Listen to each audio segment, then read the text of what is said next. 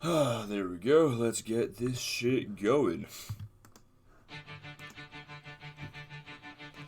And what's up, Rhyme? And hey, Yanni, thank you for the host.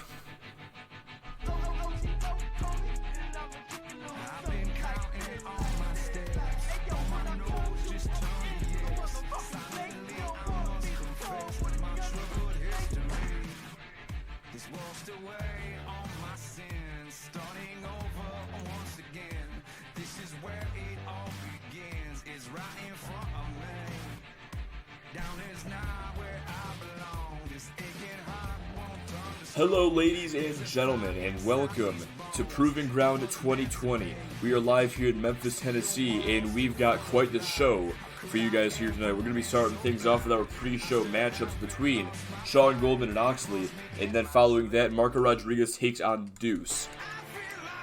After that, we will begin our main show with the Proving Ground tournament. We will have all three Fatal 4-Ways starting the matchup, or starting the night off. Following that, Women's Championship will be contested in a Fatal 4-Way itself between Sarah Baker, Mandy, Cindy Van Diver, and Donna Kay. Following that, we will have our Proving Ground redemption round between the 6 superstars who were not involved in any of the 3 falls in the Fatal 4-Ways. And of course, in our main event, our double main event, first we have the UPWA Championship will be contested against Christopher Wolf when Tyler Van Diver defends.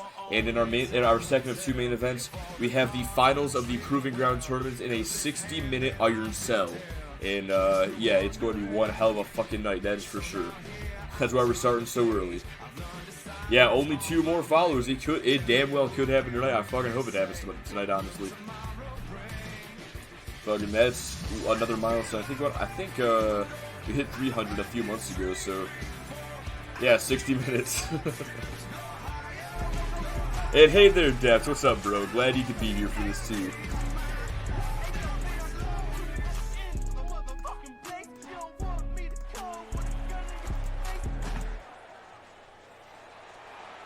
Fucking what's good, Deft? How you doing, bro?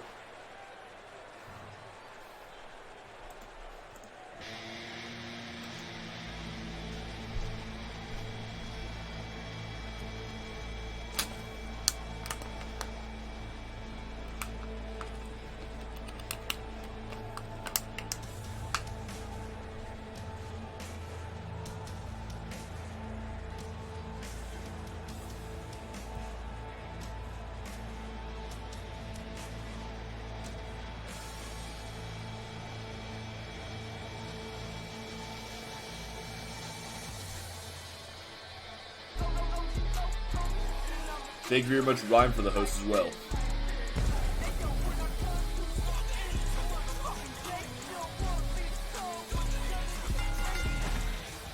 The following contest is scheduled for one fall. Making his way to the ring from San Francisco, California, weighing in at 276 pounds, Sean Goldman. Now, Sean Goldman, as well as many of the other superstars here in the UPWA, they've had a lot of traveling to do over the past couple of days. Motor City Wrestling number 72 was held in South Beach, California, I believe is the name of that town.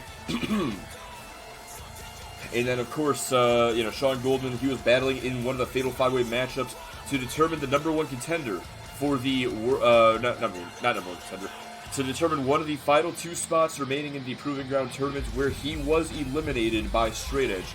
The following night in Detroit, at Stomping Ground number 7, he competed inside the 8-pack challenge. And wait a second, thank you very much, Lively Broom, for the follow. Let me be the first one to welcome you into the Doghouse, my friend. Thank you very much for that. And yeah, there we go again. He only one more now. Fucking, I was in the middle of talking, and then all of a sudden I heard Big Smoke talk about cheese, and I knew we had to follow. But as I was saying, Sean Goldman was eliminated. The first superstar to be eliminated, actually, by, no. Got that wrong. Weighing in at 271 pounds, the European champion, the Bruiser, Oxley. He scored the first elimination, but, no, he was eliminated eventually by Pedro Rodriguez in that matchup last night. And because of that, Sean Goldman will not be going on to the Proving Ground tournament. Very unfortunate for him. But the winner of the match is someone who's been having a lot of issues with this man right here. Adrian Rose has been gunning for the European Championship in recent weeks and recent months, rather. Now, you have to wonder exactly if Rose is going to be leaving that behind now that he's focused on the Proving Ground contract. Or maybe his plans are to use that contract on the European Championship. The possibilities are endless. But, of course, this is our first match of the night. Pre-show matchup about to be underway. Sean Goldman taking on the European champion, Oxley. Found a workaround in the season mode on 2000 on SmackDown vs. Raw whenever it works. Just have to save whenever you... For sure. Man, I fucking... That game's season mode was so fucking fantastic, though. My favorite one.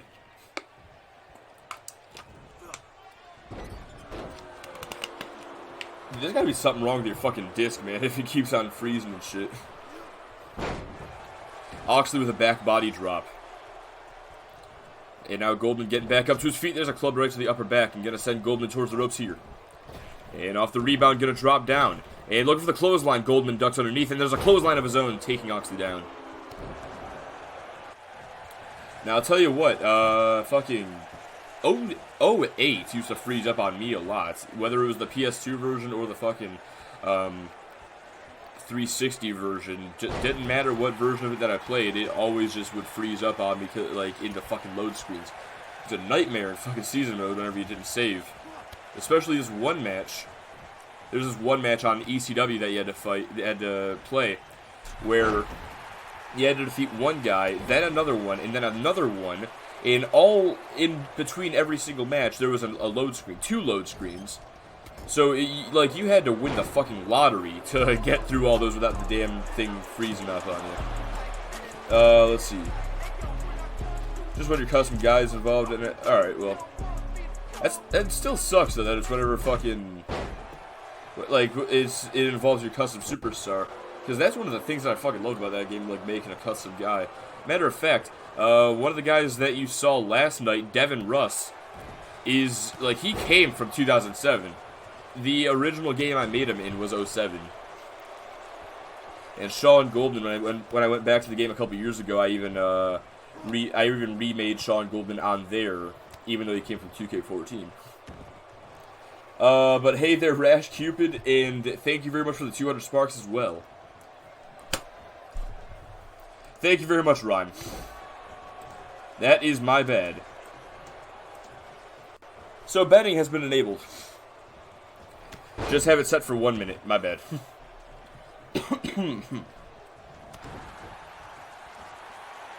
You know, I forgot to set something up for this match. You know what? Fuck it. I'll just have to remove that real quick then. As Goldman lifts him up, looking for the F5. Couple of elbows to the side of the head, though. Able to escape. And there's the spinning power slam going for the pin now. It almost had him done right there, and Yanni, you almost lost your bet right there. That would have been unfortunate. Stomp right to the midsection. And now a couple of stomps right to the back while he holds the arm in a boot right to the side of the face. Pinning that arm behind his back and now pulling back at the fingers of Sean Goldman. Double knees right to the back.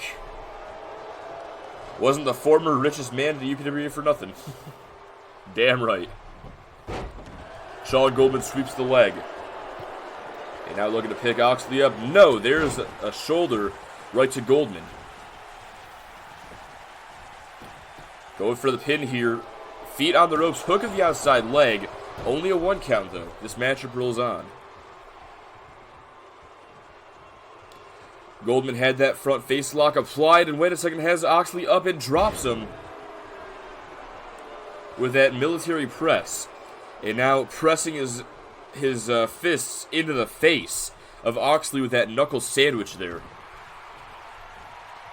Picking the bruiser back up, but no.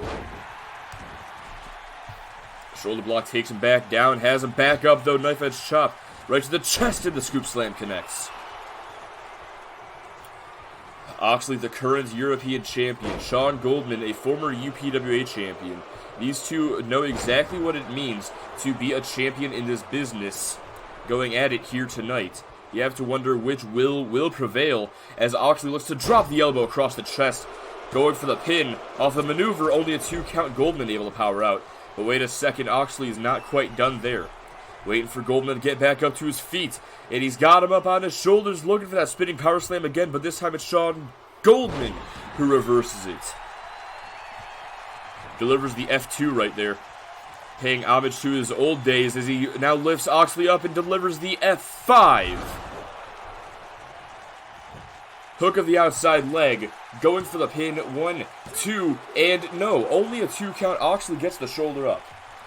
Now remember, this is a non-title match, so even if Oxley is defeated here, Sean Goldman will not become the European champion.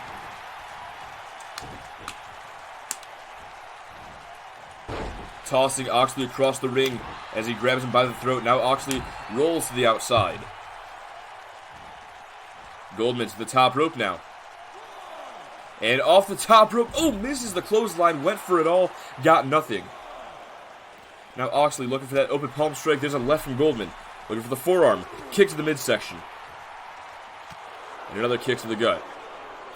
And a slap, bringing Goldman down to the floor. Oxley showing some blatant disrespect towards Sean Goldman in this one. Both men back inside the ring now. There's a right, and the scoop slam connects once again. Going right for the cover. Hook of the outside leg. Shoulders are down. 1, 2, and 3. Sean Goldman is done. 7 for the man. Damn right. Oxley picks up the win here tonight at Proving Ground.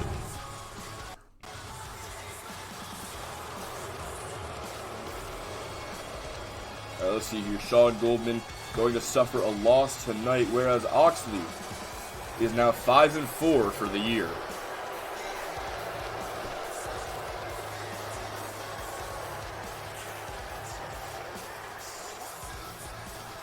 Goldman looking a little disappointed in himself after that matchup, but it was still a really good and close match between the two individuals. But coming up next, don't go anywhere, because coming up next we have our second of 2 pre-show matchups.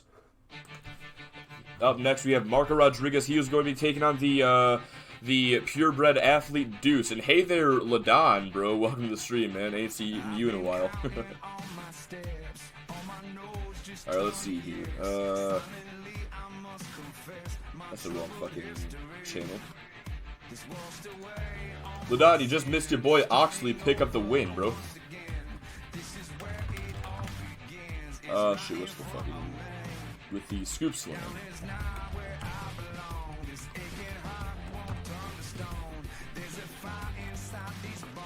You know, speaking of bets, yeah, Oxley picked up the win. There you go, paying you out twice for that one. Yo, what's up, Ladon? How you doing, dude? I ain't fucking talked to you in a while, man. While I got you here, I just want to say, we gotta fucking play again sometime, alright? You, me, and Jordan, we gotta have a fucking triple threat before they shut down the damn servers.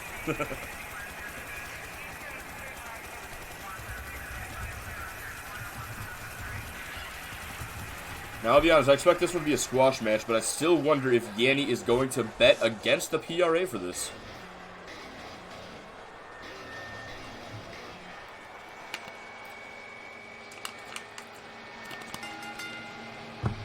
Making his way to the ring from Guadalajara, Jalisco, Mexico, weighing in at 184 pounds, Marco Rodriguez. Alright, for sure, man, for sure. Marco Rodriguez making his way down to the ring. Now, last night at on Stomping Ground, Rodriguez did his best to hold his own in the 8-pack challenge to decide the final spot in the Proving Ground tournament. However, he would be cut short when Adrian Rose put him away with the butterfly rolling cutter. Yeah, fucking speaking of Ladon, with resulting in Marco Rodriguez coming in 4th place in that matchup. As a result, much like Sean Goldman, Rodriguez will not be competing in the tournament tonight, but that's not stopping him from getting a match, even if it is going to be against the purebred athlete Deuce. And we're going to get betting started now.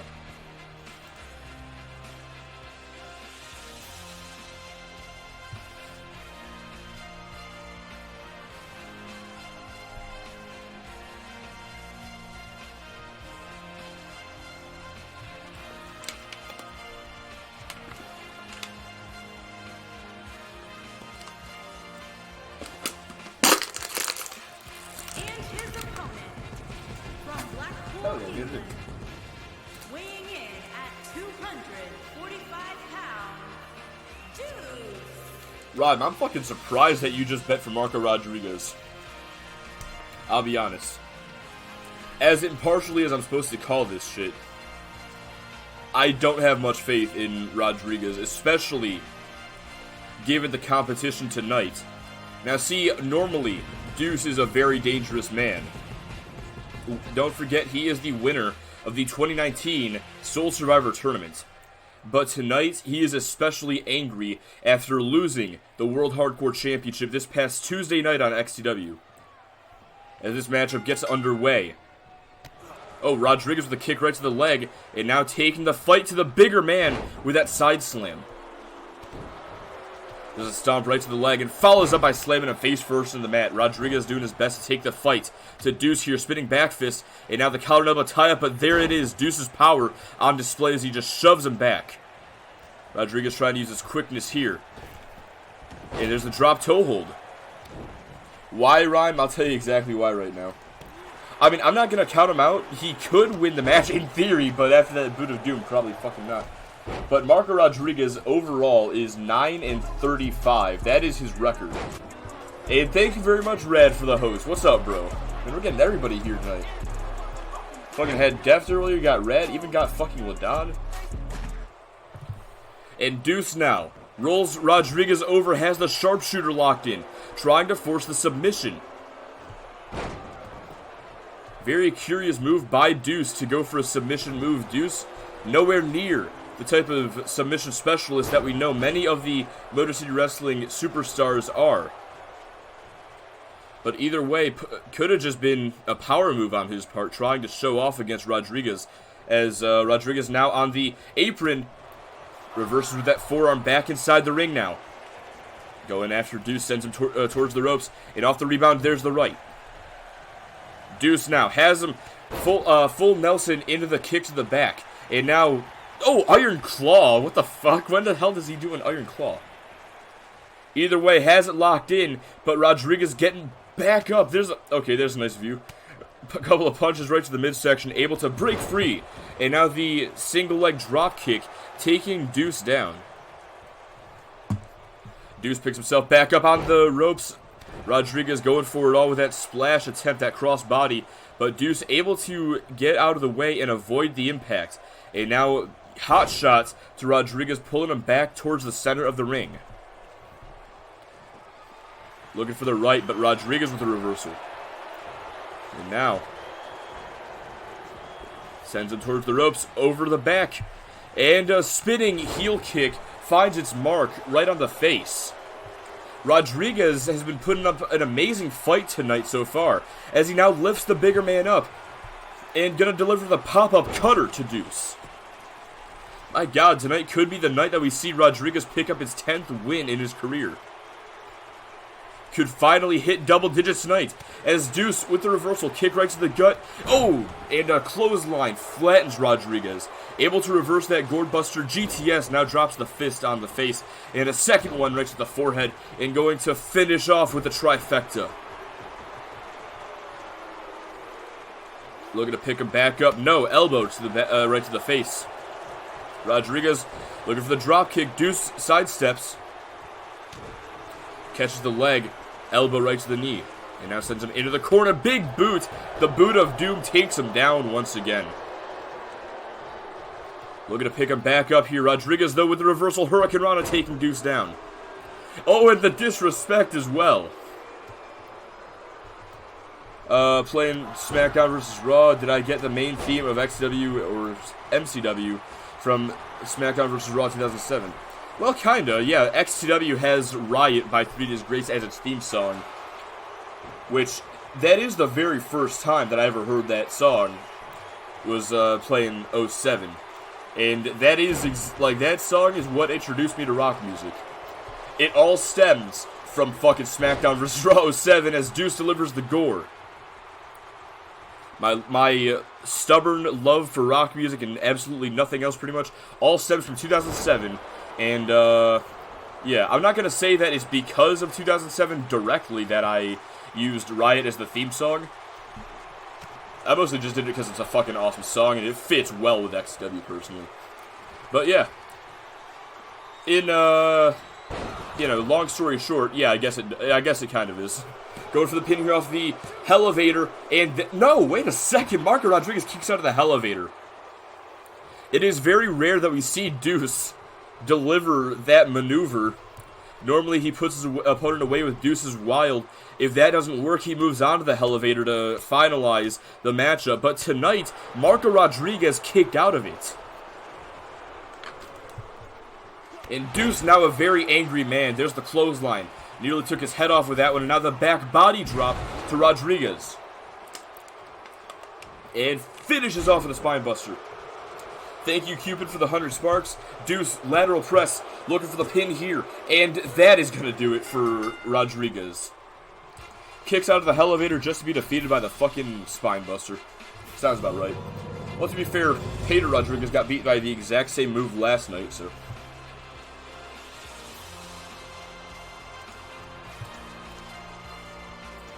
Well, he gave it his all. Marco Rodriguez put up much more of a fight than I think anybody anticipated. But in the end, Deuce was just too much for Rodriguez, and he picks up his 8th win of the year. And hey there, Willful Edmund, thank you very much for the 200 sparks, man. Here is your winner, Deuce. And unfortunately, no one voted for Deuce. That's very sad.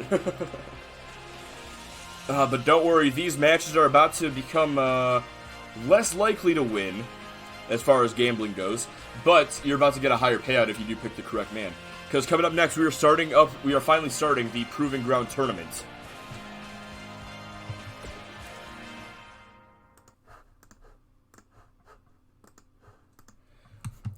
Our first match of the tournament. I thought I fucking muted that. I muted the wrong thing. That's what happened. The first match of the tournament will be contested between Jordan Carr, Johnny Nightblade, Dustin James, and Jay Haas.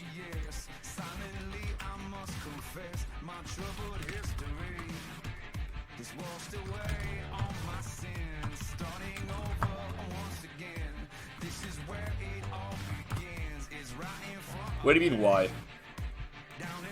It's less likely you're gonna win because it's fucking Fatal 4-Way, man. The odds go down. To put it in Scott Steiner terms, your chances of winning drastic go down. Fucking love Scott Steiner, bro.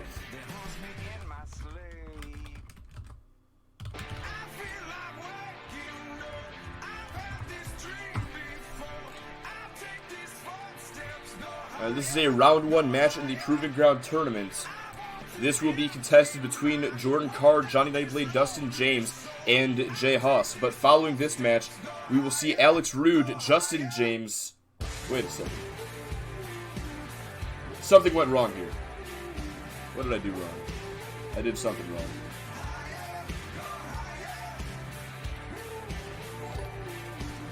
I think I just put these in backwards. We should be good. I think this is still the correct... the intention of the thing.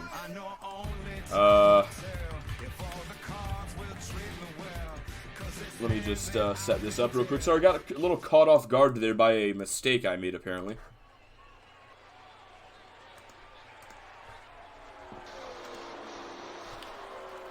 Yes, our next match will be between Alex Rude, Justin James, Straight Edge, and Cody Gray. Then the third match of the first round.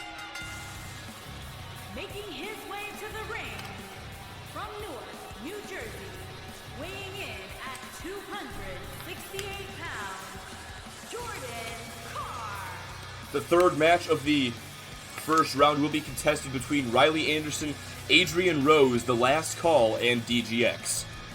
But moving back over to our first match of the round, it is Carr, Nightblade, James, and Haas. Now set a 5-minute timer here real quick.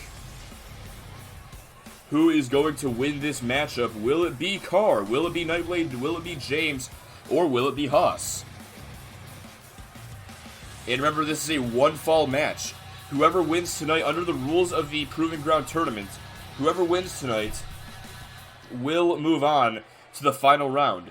Whoever is the is on the receiving end of the pinfall or the submission that ends this match will be eliminated from the tournament. The 2 superstars who are outside of the final decision will be placed in the redemption round, where they will battle with the other 2 men, or the other 4 men. And his opponent, first, from San Diego, California, weighing in at 235 pounds, Johnny Knight Blade. Not supposed to talk over the fucking ring announcer. Anyway, the final 4, the 2 superstars who are outside of the decision in this matchup will face the other 4 superstars who are outside of the decisions of the other 2 matchups in the redemption round in a 6-pack challenge elimination, where the winner of that match will join the other 3 finalists in the 60-minute Iron Cell to determine this year's Proving Ground tournament winner.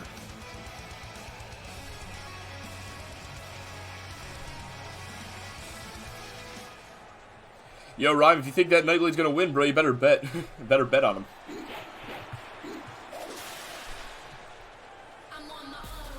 But I don't know. I think this man has... He has luck on his side, that is for sure. And from out of this world, weighing in at 220 pounds, Dustin James. Wonder if I can bet. I'm gonna just see if I can bet real quick, because I'm betting on Dustin James, bro. What's my max? Is that $1 million? That's $1 million. Eh, fuck it. I'll put 10,000 on James. Let's see, what number is he? I think he's number 2, yeah. Does that register? It registers. Fuck yeah, I bet 10,000 on James. This man's taking the win, bro. I guarantee it.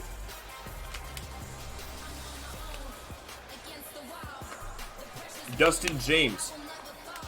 Currently, he's held more gold in his career than any of the other 3 men in this match. Surprisingly. Johnny Nightblade, former World Hardcore Champion, also winner of the 2020 Soul Survivor Tournament. Jay Haas, current UPWA Tag Team Champion. Jordan Carr, former UPWA Tag Team Champion. Dustin James, former UPWA Tag Team Champion and former UPWA Champion. Amazing that he fucking did that. Sweep from front, sweep from back, and jackknife roll up. Oh my fucking god! I would shoot myself, Yanni. I would not. No. Good luck. London, England, weighing in at 220 pounds, King J. Haas. Nah, you want to play the bullshit challenge in that game? Just go ahead and beat all the superstar challenges, then beat all the legend challenges to unlock the bullshit challenge, where you have to play as Mickie James and defeat the Great Khali, where you cannot leave the ring. Try that, Yenny. He beat The Undertaker with it. Oh my fucking god. Oh, if you're starting from there, I'm gonna guess you're doing the feud with Benoit and Undertaker, where you had to fucking special ref their match.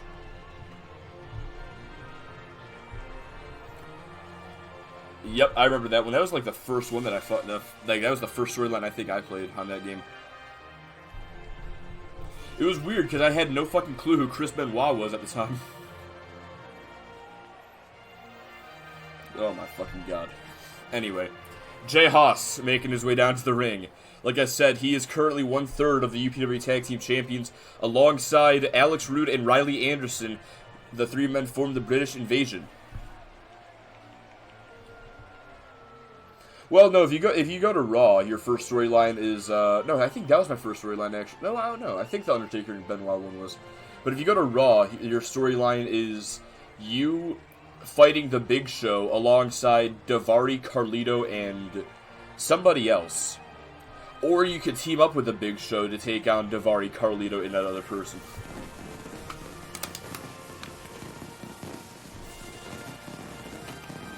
That's the Raw storyline, at least. Alright, but enough talk. It's time... Oh, wow, perfect timing for the fucking betting to end, huh? Alright, enough talk. Time to get this matchup started. This is your first match in the first round of the Proving Ground Tournament. Jordan Carr, Johnny Nightblade, Dustin James, and Jay Haas. I'm not going to spoil anything. I won't. Good thing you said that now, actually. Because, yeah, now I won't spoil anything.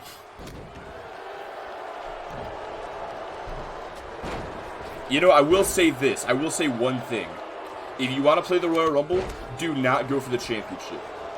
If you go for the championship before Royal Rumble, you don't get to fight in the Rumble match. So that's just some advice right there. That's some advice I'm giving you. Believe me, it took me fucking ages to figure out how to fight in the Rumble. Anyway, this matchup begins. Nightblade gonna send Haas to the outside. No, wait a second, there's a forearm. Haas back inside the ring. Dustin James, meanwhile, has Jordan Carr by the wrist. And there's the monkey flip to Carr. Now to the outside. Haas sends over the top rope. Use the finisher's signatures, but the two sweeps and roll up to get them. Alright, fair enough. Still, though, I cannot imagine doing that shit. Now, Dustin James going after the Soul Survivor of 2020, and actually, looking back at the Soul Survivor tournament. No, actually, nope, forget what I was about to say. I was about to say something about how they faced each other in the tournament. No, they did not. It was Deaver that had to face the Nightblades. Anyway, meanwhile, inside the ring, Jordan Carr and Jay Haas going at it. You saw Carr was slamming Haas's head into the mat a moment ago. Now has the King by the leg, and there's the Dragon Screw taking him down.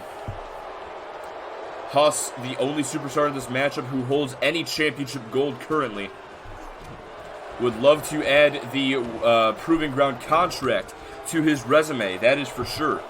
Now, we saw at Soul Survivor, last year's winner of the Proving Ground tournament, Tyler Van Diver, redeemed the contract against new champion Pedro Rodriguez, won the title about 3 minutes after his reign had begun, double-crossing Rodriguez and turning his back on the PRA in the process. Only fitting that now we would have the second ever Proving Ground tournament in the UPWA universe. And Johnny Nightblade now with the drop kicks and follows up with a swinging neckbreaker. And let's not forget, Van Diver will be in action later tonight in the first of two main event matches when he takes on Christopher Wolf in a title defense of the UPWA title.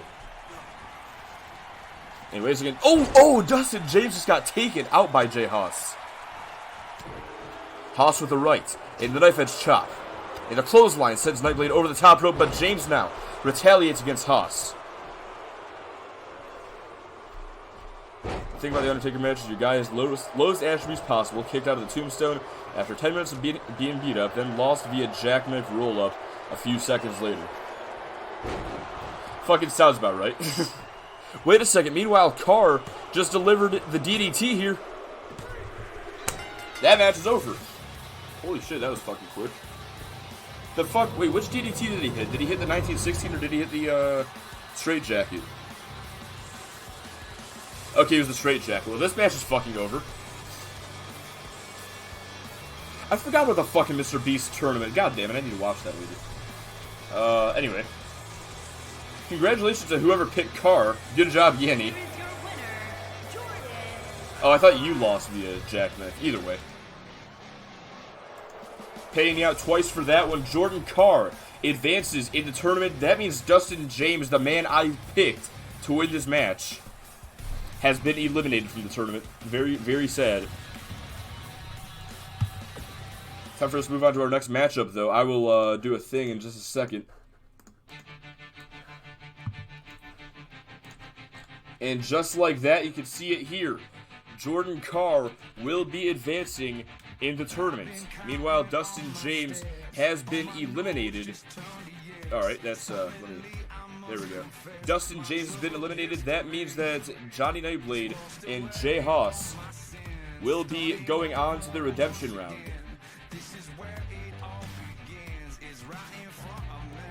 There is your current bracket. But now it's time for us to move on to our second match of the Proving Ground tournament. Coming up next, we're going to see Alex Rude, Justin James, Straight Edge, and Cody Gray in action.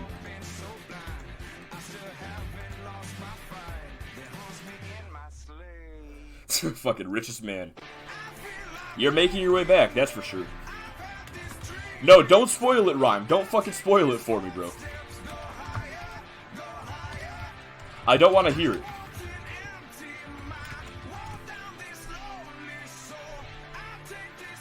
Let's see, how long are these entrances? They're a little long. I'll make this bet for 6 minutes and just start it right now so I don't forget.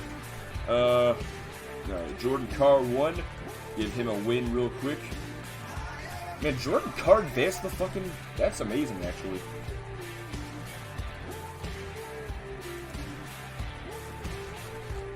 That's actually fucking amazing, because... You know, coming from, like, as a member of the Fallen Angels, they never really did much besides become UPW Tag Team Champions for that brief period of time. So, see Carr actually move on in the tournament actually makes me kind of happy.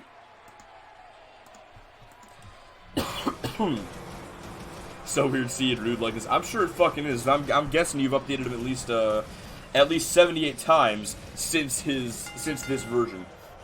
Making his way to the ring from Blackpool, England, weighing in at 241 pounds, one half of the Pro Wrestling Tag Team Champions, the chosen one, Alex Rude. Don't worry, Yanni. I'm sure you'll figure out a way. Just steal his crossface. Now, if you're fighting Benoit and you need to steal his finisher, just too dark. I'm not gonna go there. The joke's been made a million times. I don't need to make it 1,000,001. Especially when half the million were already made by me. Anyway, Alex Rude, we just saw Jay Haas, one of his tag partners, be defeated in the, well, not defeated, but was unsuccessful, rather, in the first match of the first round. Too dark, just like your room. Yeah, my room's fucking bright as fuck. Will Alex Rude be able to change the momentum for the British Invasion by picking up the win here? Meanwhile, you gotta be wondering what's exactly how the mindset of Justin James is looking right now. His brother was the man who just took the fall in that last match, and now here he comes. In order for the member of the Block Party to win, it has to be Justin now. He is the only member left.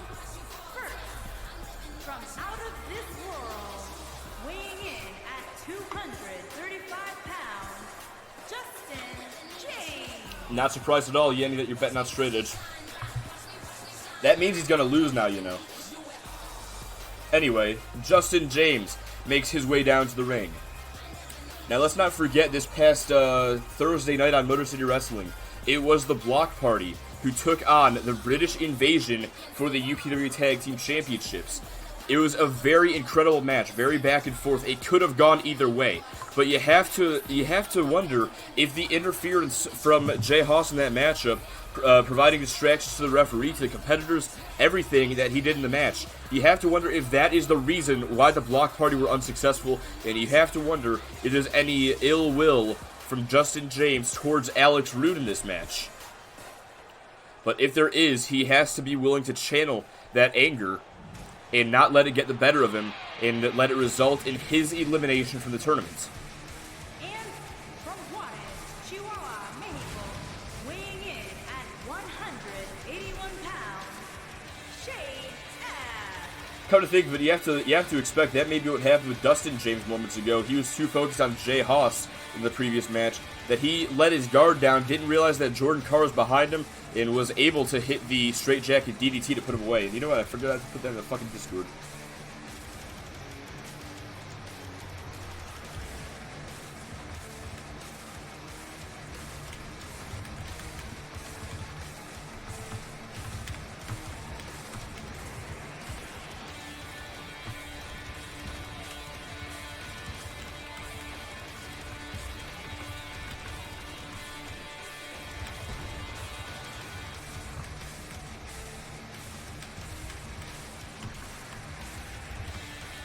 And of course, Straight Edge, former UPWA champion, won the title at Apocalypsis, lost it to former ally Pedro Rodriguez at Soul Survivor. The Neighbor Bomber trying to be happy, but is mourning the loss of his brother, the Blueberry Bomber. Yeah, at least they don't have to face off. They were originally supposed to. They were originally going to. And so was, I think it was Rude and Haas they were supposed to fight in one of the matches, but I ended up switching out them just that we wouldn't have any tag teams together, and it actually worked out pretty well in my opinion. Couldn't imagine having my job even for a day. You know, you get used to it though. Like, From Fort Wayne, Indiana, weighing in at 212 pounds, Cody Gray. well, here's the thing. All this started a few years ago in 2K17 when I was leader of the UPWA League. I'm sure Ladon can tell you all about that. But yeah, back then it started pretty small with just a simple spreadsheet and like learning how to keep records and everything like that. Then as time went on, I started to add more and more shit to the spreadsheet and stuff like that. Then when the league fell apart and I started the universe, I incorporated the knowledge I had already acquired from there, and then continued adding stuff on as time went on. And like when you just add one thing after another over a long period of time, it's very easy to adjust to. Now, if you were to take everything out all at once, that's when it would get a bit of a, become a bit of a headache. That's for fucking sure. As this matchup starts, Alex Rude tried to put Straight Edge away early with that German suplex. Not going to happen. I guess rope break is a thing in this match. Wait a second. What's Justin James thinking? Justin James, wait a second. W-O-R. Oh, damn it, Straight Edge. I think that was gonna be the first time that actually fucking worked in the entire time that either member of the Block Party was here, and Straight Edge ruined it. It makes me sad. It makes me really fucking sad. Yeah, honestly, fucking hate Straight Edge now. He just turned face. That's the heel turn. Straight Edge is going back to heel. He's like the Big Show. Wait a second. Oh my God, the strength of Alex Rude. Lifting him up for that spine buster. Outside the ring, shake, rattle, and roll from Justin James. Inside the ring, Alex Rude trapping that leg, grounding and pounding now. Let's not forget, Rude and Straight Edge have had their issues as being as superstars who were on opposite sides of a war recently. Straight Edge, former member of the PRA. Alex Rude, former member of the Resistance. These two, like I said, opposite sides of a war. They've had their battles in the past, but ever since the fizzling of the Resistance, it seems like Alex Rude has gone back to his regular sinister ways. Doesn't even give a damn anymore, and instead is just trying to punish Straight Edge here tonight. I'm sorry, Yeti. I'm sorry that happened to you. Now you have to wonder about the strategy of Justin James fighting Cody Gray so much on the outside of the ring, where falls do not count. Alex Rude and Straight Edge inside the ring, battling it out still as Alex Rude lifts him up, gory neck breaker. And center of the ring, going for the pin now. Hook of the outside leg, Cody Gray going after it.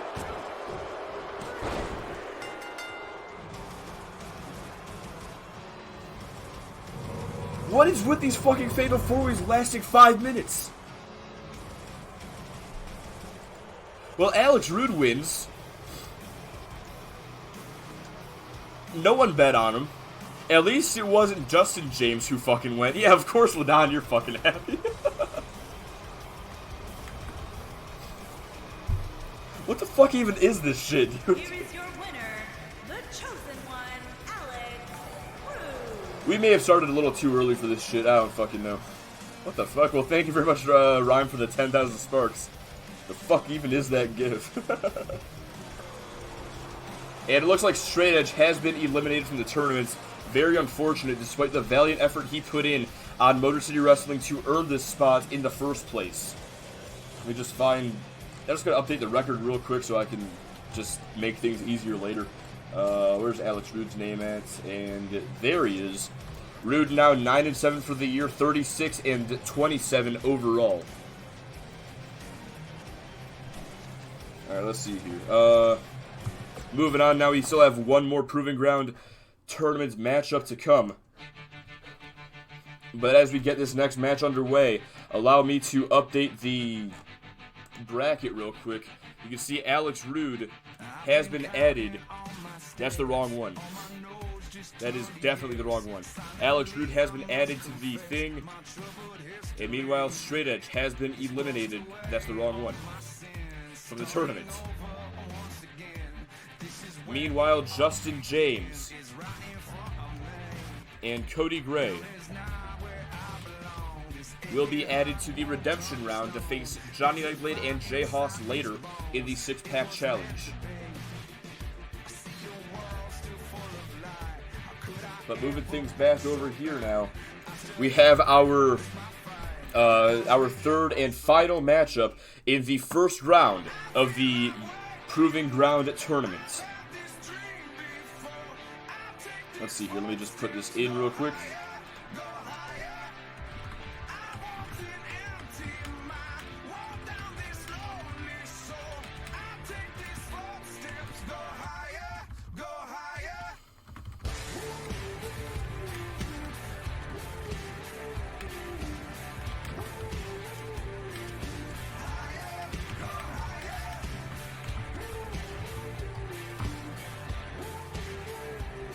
Let's see here. I know only time will tell if all the cards will treat me well. 'Cause it's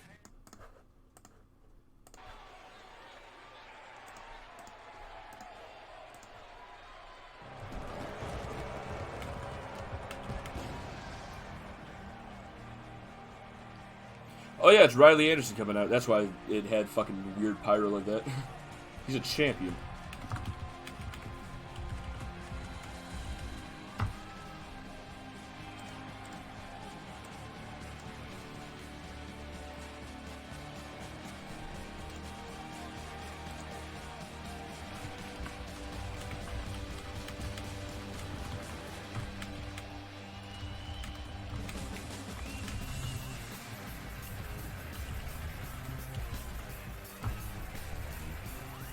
Alright, there we go. Have I seen any episodes of Dark Side of the Ring? Hey there, Sean A. Welcome to the stream. Let's see. I saw the Benoit tragedy. I saw all of that. Let's see. Making his way to the ring Fucking JoJo. from Leeds, England, weighing in at 232 pounds, one half of the Pro Wrestling, Riley Anderson. I saw the Montreal Screwjob episode. I may have seen one more, but I'm not sure. Let's see here. Hey, we got to get betting started as well. This is the final match in the first round of the Proving Ground tournament. After this match, we're going to move on to our our UPW Women's Championship match between Donna Kay, Cindy Van Diver, Mandy, and Sarah Baker, which I'll have to set that one up in exhibition mode because Universe mode just did not fucking want to work with me on this. And thank you, Shawnee, for the 100 sparks. Thank you very much for that. Let's see here. And of course, Adrian Rose making his way down to the ring. Rose has had one hell of a journey trying to get into this match. First, from Calgary, Alberta, Canada, weighing in at 225 pounds, Adrian Rose. There we go. Alright. Gonna start the betting now. Riley Anderson, Adrian Rose, Last Call, and DGX, and Ladon, you don't have to say anything. I know Adrian Rose looks a lot different to you, just like Alex Root did. Anyway, Rose making his way down to the ring. In recent months, Rose has been targeting only the European Championship, has been going right after Oxley, trying to win the belt from him. He's had one opportunity so far, which was basically taken away from him by the champion when the two exchanged in a brawl before the match even began in the backstage area. Oxley would handcuff Adrian Rose to a pipe backstage, go down to the ring, and have the match started, would end up winning via countout before Adrian Rose could get uncuffed and run back down to the ring. Rose has been remaining a thorn in the side of Oxley, no pun intended, ever since then, and has been targeting him at every pass, trying to goad him into giving him a championship match. But tonight, it looks like Adrian Rose has other plans on his mind, and hey, there's Spitta, how you doing, bro? Rose has other plans on his mind as he looks to win the Proving Ground tournament here tonight and become the new holder of the Proving Ground contract. Let's see here. What was I doing? Now, Rose, he's had multiple opportunities, just like a lot of other superstars, to get into this matchup. He had his first match against The Last Call in order to qualify for this match, but that was thwarted by Oxley who provided the interference while the referee was distracted during that matchup. Later on, a couple of weeks later, Thursday night, Adrian Rose lost a fatal 5-way, coming in second place to Straight Edge in a fatal 5-way elimination match, which was a final Proving Ground qualifier matchup, a second chance match for many of the superstars who had lost their qualifiers beforehand. From Richmond, Virginia, weighing in at 245 pounds, last call. And then last night on Stomping Ground, Adrian Rose made the most of this final opportunity to make it into the Proving Ground tournament. Took the spot of Christopher Wolf by winning an 8-pack challenge last night, outlasting 7 other men to take Wolf's spot in the tournament. Wolf, of course, will be facing the UPW champion later tonight. That is why he had to forfeit his spot. But now comes the man who defeated Adrian Rose in Rose's first attempt at qualifying. Macho Screwjob was the first episode. Just watched the New Jack one. It was super different tone than the others. I think I heard that there was a New Jack episode, but I didn't get the chance to check it out yet. I do need to go and watch the other fucking episodes. I just don't know how many fucking episodes there are, honestly.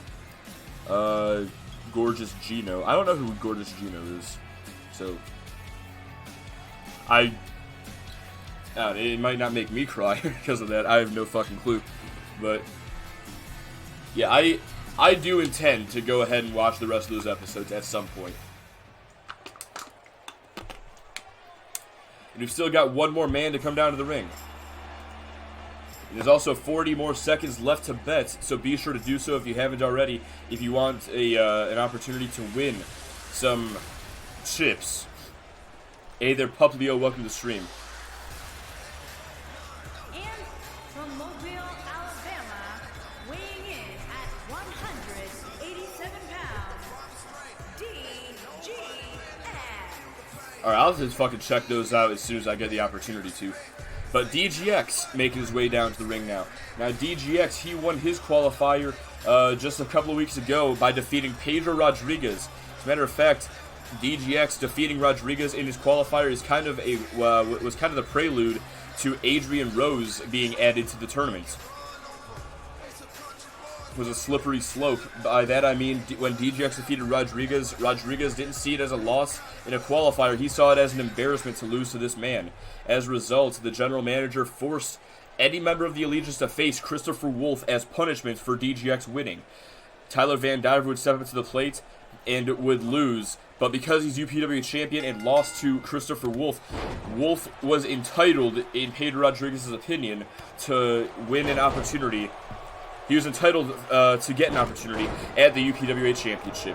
And so that is what will be happening later on tonight. But because of that, Wolf, who had already qualified for the tournament, he will now, his spot had to be vacated. And that was decided last night at Stomping Ground. And that is how Adrian Rose made his way into this tournament.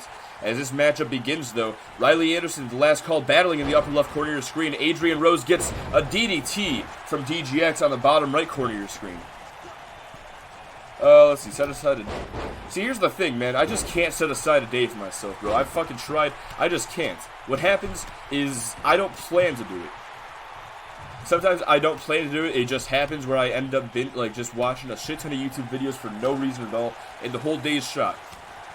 But yeah, I can't just plan that to happen. It just happens on its own.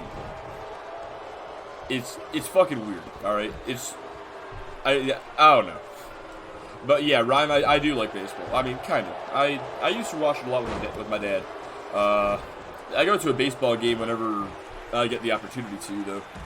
But I can't really watch it on TV. I'm just not that big of a fan of it, like on TV at least. And thank you, Sean A, for the follow. Let me be the first one to welcome you to the Doghouse, my friend. And you are the 350th fucking follower. We have finally reached it.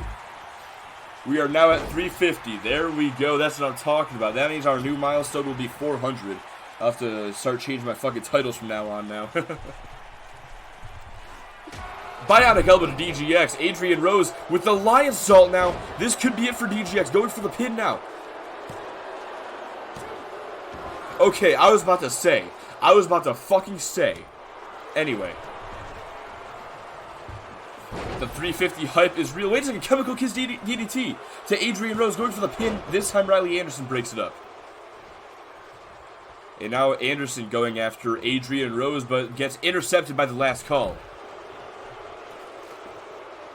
And the fucking hype sandwiches are real.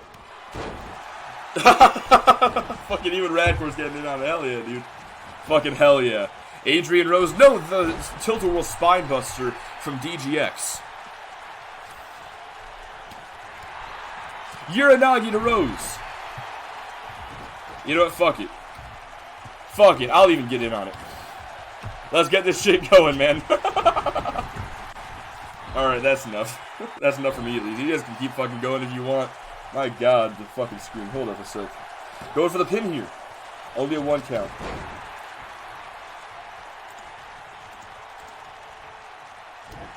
Oh shit, it went away.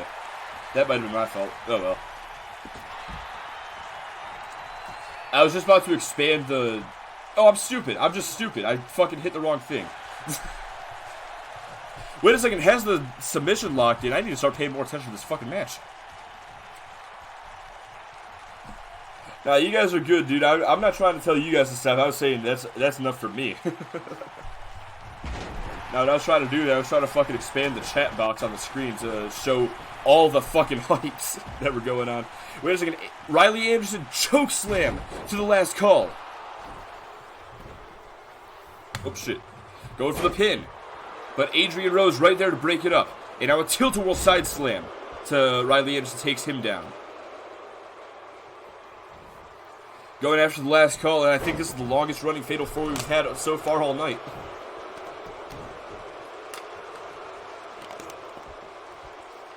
Has that Iron Claw locked in. Wait a second. DGX has Riley Anderson up. There's the Alabama Slam. Trying to go for the pin. Really desperately trying to go for the pin here. Going for the pin. Meanwhile, Chemical Kiss DDT to Adrian Rose. And DGX, out from under last call, DGX has pinned Riley Anderson to advance in the tournament. Man, tonight's just a fucking night of upsets, it seems like. First Jordan Carr, then DGX advancing in the tournament. I mean, is it an upset, or is this a sign of the future? The newer guys are advancing in the fucking Proving Ground tournament. We damn well could see one of these guys become the holder of the Proving Ground contract by the end of the night. Riley Anderson suffers a loss at the hands of DGX on this night. And do you know what that means? That means that DGX will be advancing in the Proving Ground tournament. Let's see, I'm going to have to do that real quick. Let's see. What was the thing that I was going to do? There we go. Alright, meanwhile, do that. A lot of things I have to do at the moment. But just like that, DGX moves on in the tournament. Just like that, Riley Anderson is out from the tournament. And now, Adrian Rose and the last call will be forced to face Johnny Nightblade, Jay Haas, Justin James, and Cody Gray. There's a lot of J's in this fucking match. In a 6-pack challenge redemption round. Fucking Marty, I can only imagine. Alright, well with that, gonna have to give you guys the full webcam for just a moment as I set up our next match of the evening.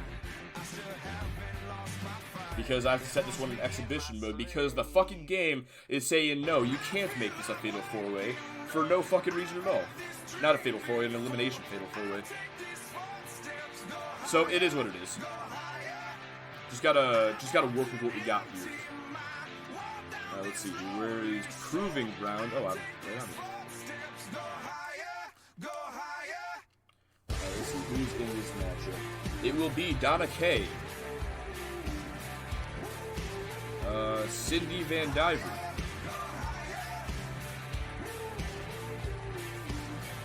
Mandy. And the current UPWA Women's Champion, Sarah Baker, battling it out in this fatal 4-way elimination match to determine the...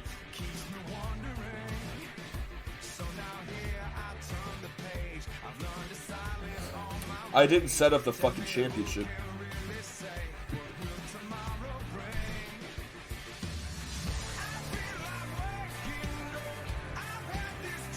I didn't set up the championship.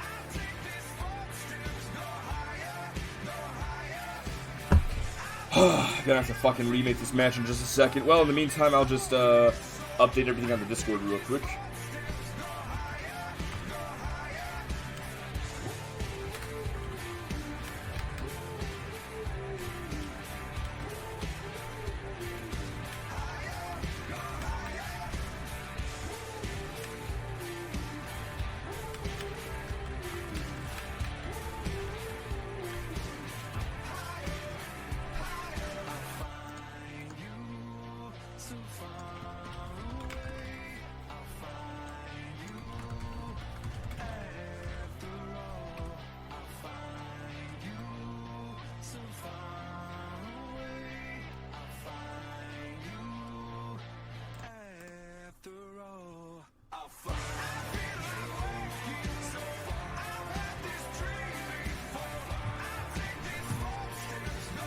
Alright, give me 1 second, guys. I'm just gonna skip through this shit real quick.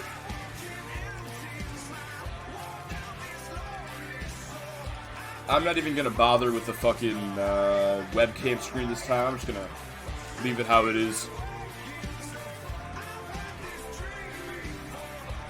Oh, well, we booked fucking 3 hours for the show. May as well make it worth it.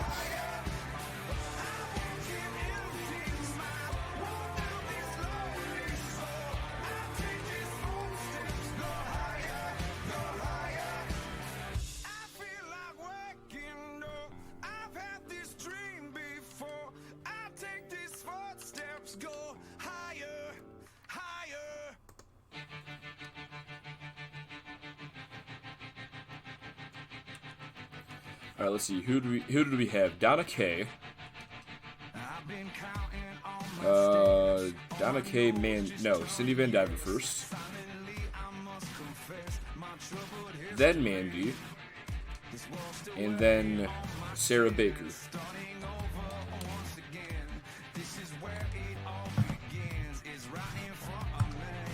There we go. Fucking hell. Alright. Well, with that, let me continue editing things in the Discord real quick.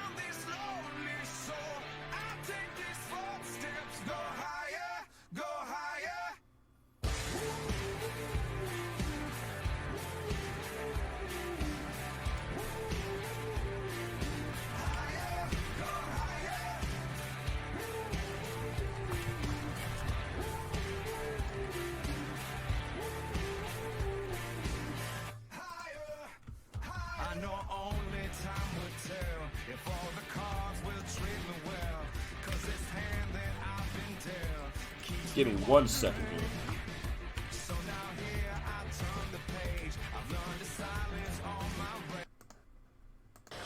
Alright, now we're good. The following contest is an elimination match.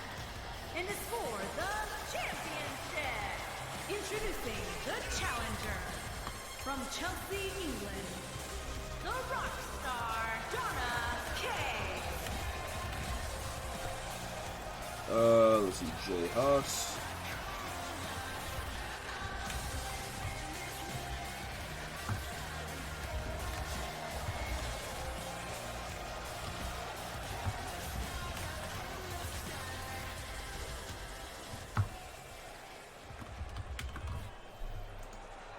I'm trying to organize things real quick. It's a little annoying here.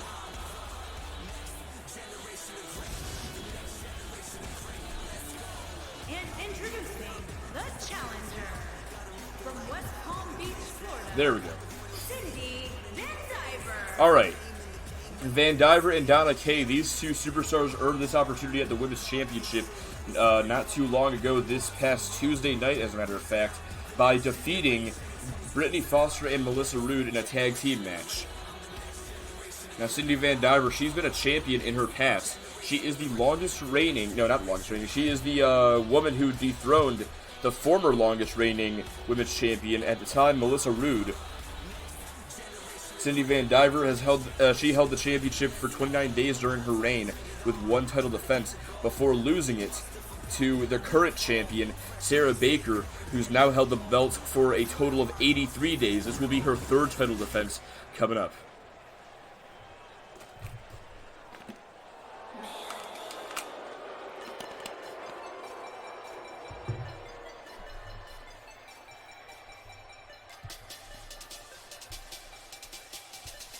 And then, of course, Mandy making her way down to the ring. Mandy, also a former women's champion.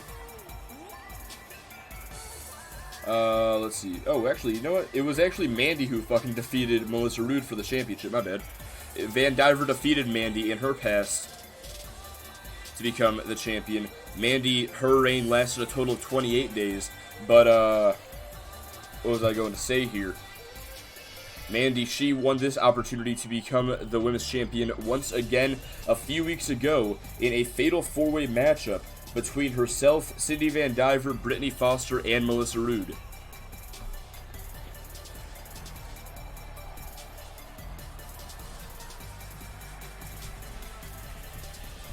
Tonight she looks to make the most of that opportunity by knocking off the other three women in this matchup. Hey there, Jojo Mad. Sorry for not looking at the stream there, and fucking hell, I'm doing so much, man. I keep on forgetting about the betting.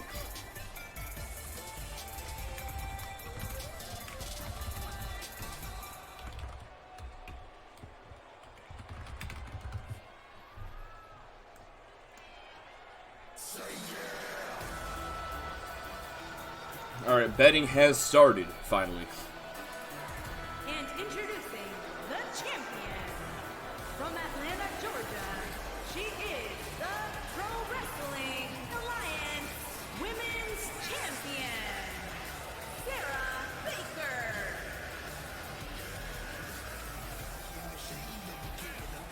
Sarah Baker making her way down to the ring.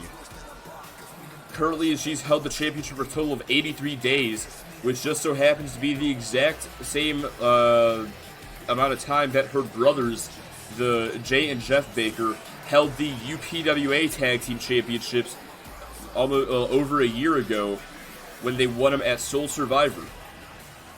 The inaugural UPWA Tag Team Champions, they held those championships for 83 days until they lost them to the Lost Souls. Get the teams mixed up sometimes. But tonight is about Sarah Baker. She's been an amazing champion. So far, 2 title defenses. This is her third tonight, as she faces Donna Kay, Cindy Van Diver, Mandy, and there she is, the champion. And this matchup officially underway, and unlike the other Fatal 4-Ways we've witnessed so far tonight, this one will be elimination. This is not one fall to the finish. This matchup will keep on going until we are down to one superstar remaining. That superstar that I speak of will be the women's champion. As Donna Kay looking for the roll-up, had both legs down, almost had Mandy eliminated there early. Forearm shot, but no, kick right to the midsection to Mandy. And now Kay pushing her away, looking for the clothesline, takes her down. Remember, this is not Falls Count Anywhere. This is a standard elimination matchup. Falls can only occur inside the ring. There's a drop kick from Kay. And now to the opposite corner. And another drop kick taking her down.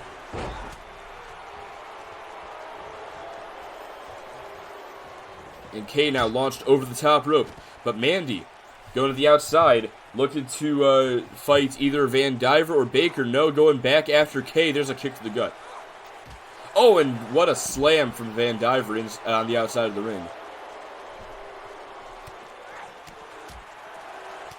There's a forearm shot. And now Mandy gonna bring Van Diver face first into the apron. And now back inside the ring goes Van Diver. Baker going after Mandy now. Has her in the front face lock. Baker going to join her. A double punch there from the champion and one of the challengers to Van Diver. But now Kay and Mandy working together against Baker. Back elbow to Mandy. Baker trying her best to fight against the odds. Very southern uppercut takes Mandy down, but there's the clothesline to the champion. And now Kay focused on Mandy. Could be looking to eliminate her here tonight. Has her in the corner, but Mandy with the reversal. Quick back elbow. Oh, and a spear from Mandy. Going for the pin. Only a 1 count there. Baker setting up now. Could be looking to put Van Diver away. Kick to the midsection. And now has her up. Looking for the Baker driver. Wait a second. No, there's the reversal from Van Diver. Knife edge chop from Mandy, though. Trying to take advantage. There's a quick forearm. Misses that kick to the gut. And Van Diver capitalizes with that dragon suplex. Has her stacked up here with the bridge. Only a 2 count there. Not going to put Mandy away, rather. And turning her back away from the champion, that is not a smart move. Donna Kay now trying to eliminate Mandy here with the stage dive, I believe that one is. And Mandy's gone.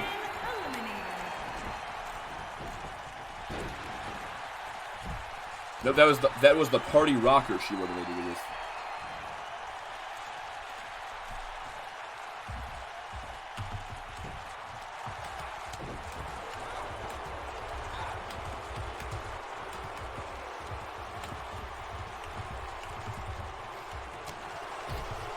And now we are down to 3. It is Kay, Van Diver, and the champion. Kay and Van Diver, they teamed up this past Thursday night to earn this opportunity. You have to wonder if they're going to continue to team up here tonight in order to take out the champion. Looks like that may not be the case, but Van Diver, while she's on the outside of the ring, Kay has the cross-arm bar locked in on the champion, trying to eliminate her. Wait a second, though. You know, a couple of punches right to the face is enough to break out of the hold.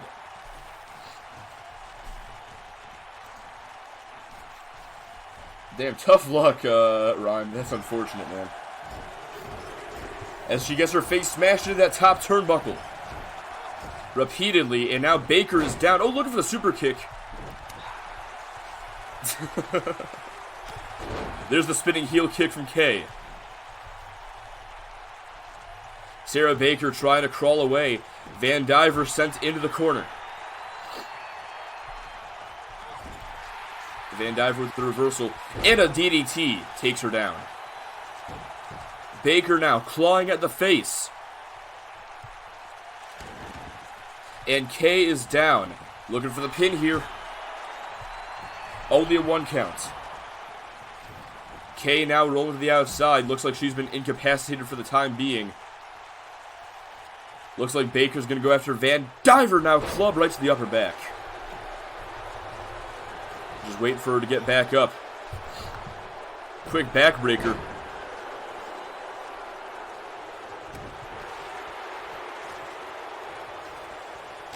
And now a couple of kicks to the side of the head. Baker could be setting up here. Could be looking to put Van Diver away. Baker bomb. But Kay going right after the champion. Takes her down to that super kick. Now, I don't know if this is the smartest idea. Van Diver is down, maybe out after that Baker bomb. This might be the most opportune time to eliminate her. But Baker now going after Kay. Kick to the gut, setting up here. Has her up.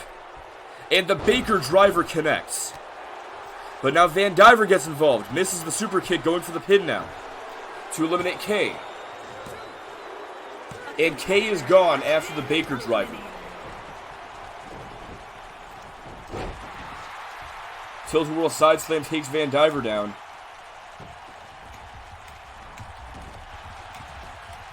Wait a second, roll up here, going for the pin. Only a 2 count. Baker almost lost her championship right there to the small package. And the Golden Star DDT connects. But Van Diver not done there, looking to finish the job. Looking for the super kick. Normally sets up for Golden Keys. Instead, kick to the gut once again, going overhead. Golden Star Bomb. Going for the pin. And only a 2 count. Baker not letting her championship go. But Van Diver setting up here again. There's the kick to the leg. And the Golden Wizard connects. The knee right to the face. Hook of the outside leg to become a 2-time women's champion, and Cindy Van Diver has done it. Cindy Van Diver has just made history, ladies and gentlemen, by becoming the first ever 2-time women's champion in the UPWA.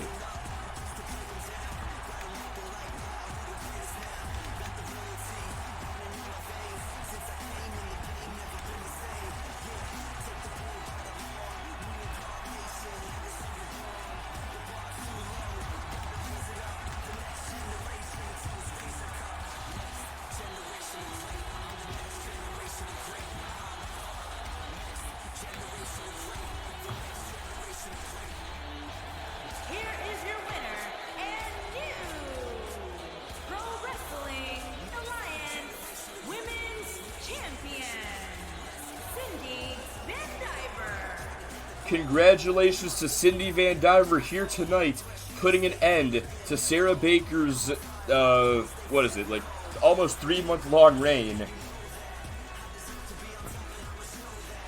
to become the first ever 2-time UPWA Women's Champion. And with that, time to move on to our next match of the evening. We're going to be continuing the Proving Ground tournament in just a moment. And now this one, I hope, have to, manually set up. This one is not because of 2K, it's just because I didn't know who was going to be winning these matches and shit.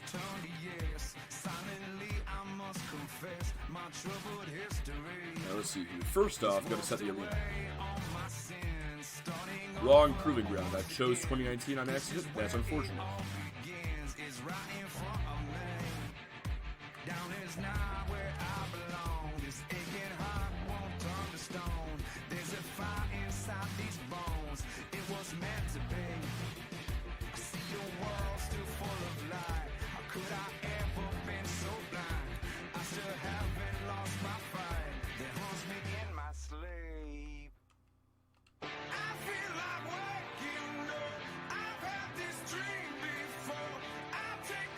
Let's see here. Get that a load. There we go. Only 2 more guys, and we can start getting this matchup rolled out. Alright, I don't think I'm forgetting anything.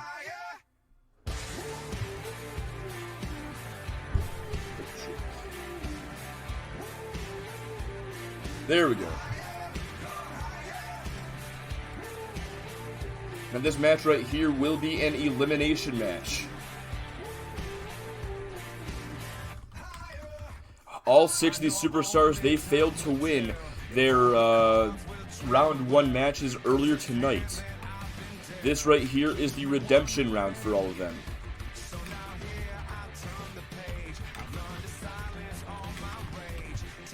Since none of these men were eliminated since none of these men took the fall in their matches earlier, they are still technically not eliminated from the tournament.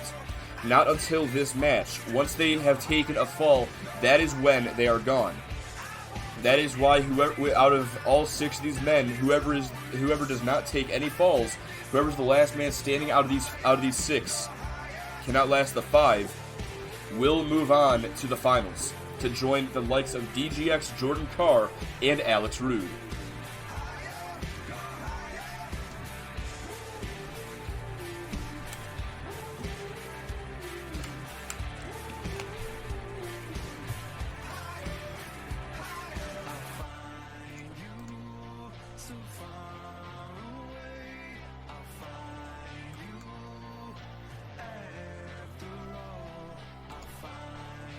This one should actually be a good match because, it's not a,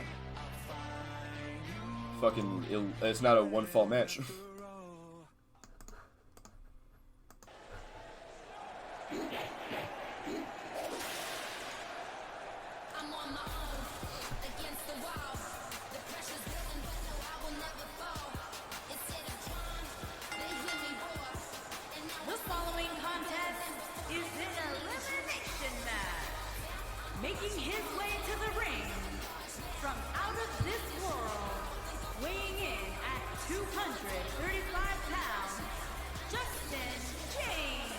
This man had the trombone earlier. Alright, see you later, Rhyme. What the fuck? He had the trombone earlier. Why doesn't he have it anymore? I don't know what the fucking deal is with that. But we're going to get betting started for this matchup right here. Will it be Justin? Will it be the last call? Will it be Jay Haas, Johnny Nightblade, Cody Gray, or Adrian Rose? Only one of these 6 men can join the other 3 in the finals of the Proving Ground tournament. Which will it be? Which of these 6 superstars wants it the most?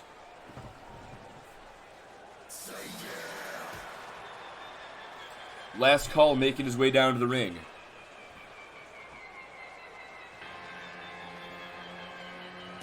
And his opponent, first, from Richmond, Virginia, weighing in at 245 pounds, last call. The last call heading down to the ring. Of course, he was involved in the match with Adrian Rose, Riley Anderson, and DGX. In that match, it was DGX who walked out as the winner by pinning Adrian Rose. But you have to think, the last call almost had it himself. He delivered the Chemical Kiss DDT to Adrian Rose seconds after DGX started going for the pin. If DGX was nowhere in sight, if he and Riley Anderson were fighting outside the ring perhaps and didn't see what was going on inside, the last call, you have to wonder, would he be the one who is in the finals already? Regardless, DGX got there first. He won the race. And so the last call now, the only way that he can make it to the finals is by outlasting these 5 other men. And welcome back, Yanni. Fucking, there's 6 minutes left to bet. Just gonna say that real quick. For sure.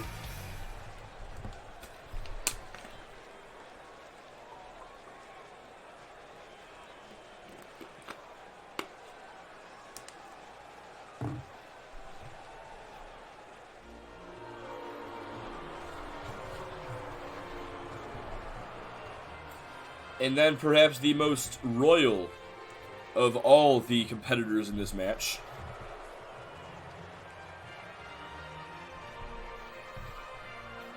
And now he will be carrying the championship out with him.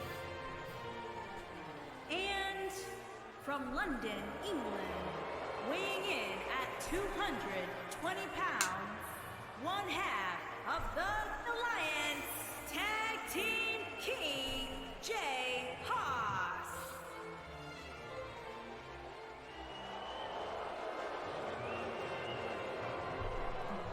I really have no fucking clue whose animation this is. Also, I guess I forgot to change Riley Anderson to the other half of the Tag Team Champions when I was in exhibition last night fixing the fucking titles. Oh well. It is what it is. I guess since Riley Anderson was eliminated and couldn't show off his championship, couldn't show off that championship anymore in the tournament, Jay Haas had to carry on the legacy. Let's not forget, after all, it was Jay Haas who was alongside Alex Rude when they won the championships for their team. Then, of course, last night, or 2 nights ago rather, at Motor City Wrestling number 72, it was Jay Haas. Well, it was Riley Anderson who's with Alex Rude to defend the UPW Tag Team Championships. But Jay Haas played a very key role in that match of providing distractions and interferences throughout the duration of the match in order to ensure that the British Invasion's reign would not end that night.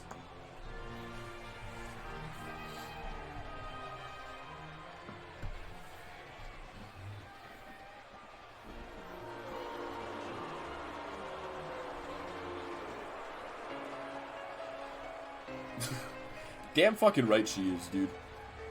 Like, she cannot die. She physically cannot die. And from San Diego, California, weighing Just have to in knock on at the video, please. 235 pounds, Johnny Nightblade. Johnny Nightblade, former World Hardcore Champion, this year's winner of the Proving Ground of the Soul Survivor Tournament. Tonight, he looks to become the winner of the Proving Ground Tournament. Let's not forget how he qualified for the tournament this past Thursday night on Motor City Wrestling when he outlasted 4 other men, including his boss Pedro Rodriguez, in order to earn this opportunity. Earlier tonight, he was involved in the matchup between Jordan Carr himself, Dustin James, and Jay Haas. Now, unfortunately for Nightblade, he was not able to pick up the win as Carr was able to slip in and deliver the straightjacket DDT to Dustin James in order to advance. All hope is not lost, however, as all 6 of these individuals will have one last shot to qualify for the final match, the final round.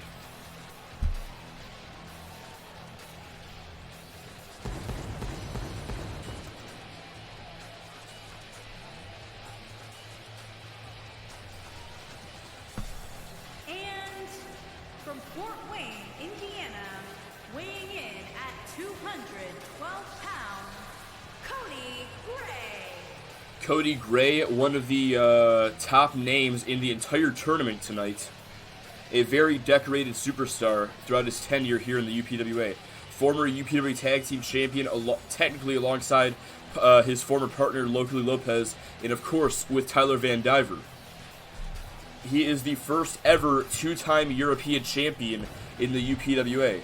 Has the most wins overall out of any superstar, with 43 to his name. And at one point in time, he had a win streak of 13 matches in a row.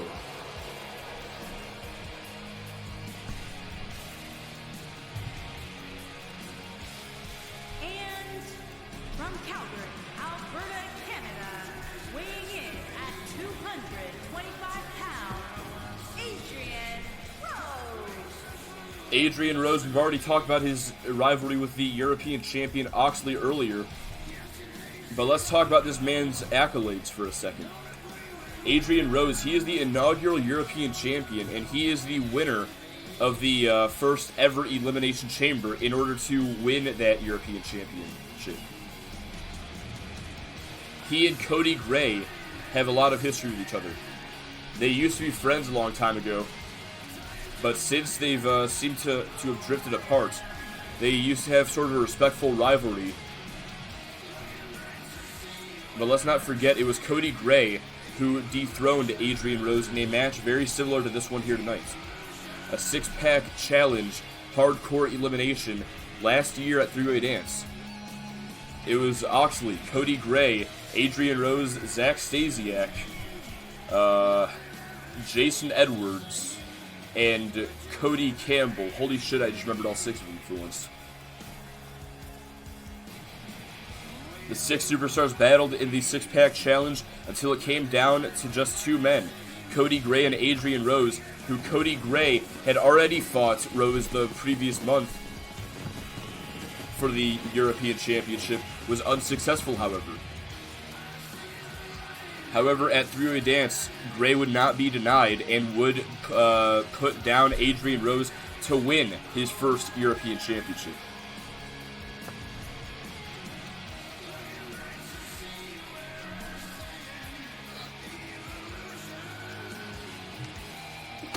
Alright, that's enough of the talking, though. Let's get on to the actual match now, huh? And this match begins. Jay Haas immediately trips up Justin James, Cody Gray going after the last call, and Adrian Rose and Johnny Nightblade battling it out. Now, of course, Cody Gray and Johnny Nightblade, you have to wonder exactly how these two are going to treat each other in this matchup. Let's not forget Cody Gray betrayed the PRA last month at Soul Survivor when he worked with Tyler Van Diver to help Van Diver redeem the Proving Ground contract against Pedro Rodriguez. Johnny Nightblade, of course, still a very loyal member in the PRA.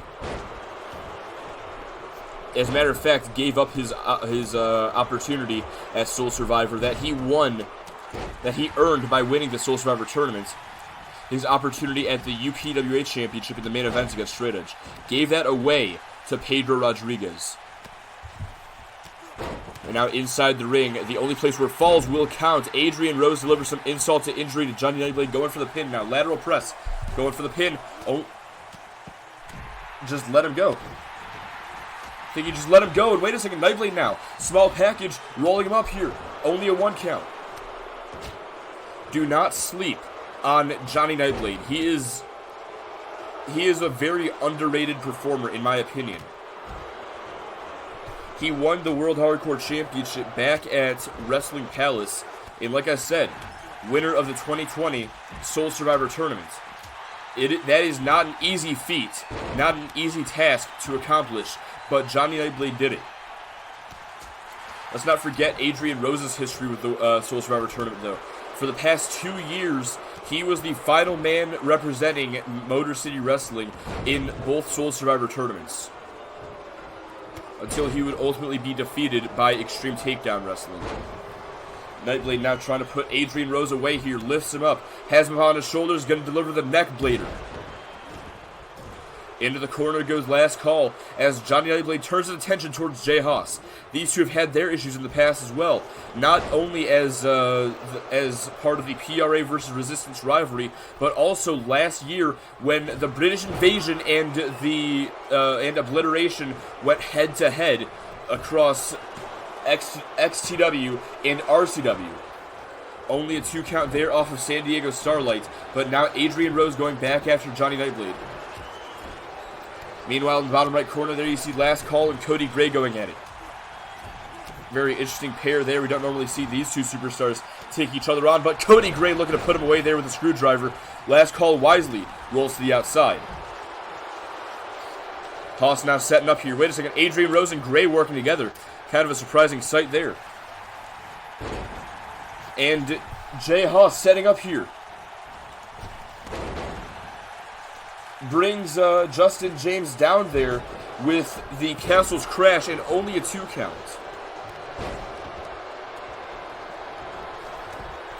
Back elbow from Jay Haas. Cody Gray sends him over the top rope. There's a right. A couple of clubs to the back from Last Call to Johnny Nightblade. Meanwhile, Jay Haas still stunned up against the ropes over there. What's Last Call thinking about doing here to Johnny as he places him on the top turnbuckle? Precarious position. Arm drag off the top rope. Launches Nightblade to the other side of the ring. And Cody Gray sent inside the ring. 1. Only a 1 count there off the arm drag.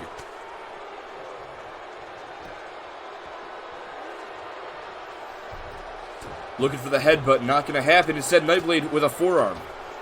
And now has him up against the ropes. Reversal from Last Call. There's a right. And the Painkiller connects. Nightblade rolls to the outside. Last Call going after Adrian Rose here.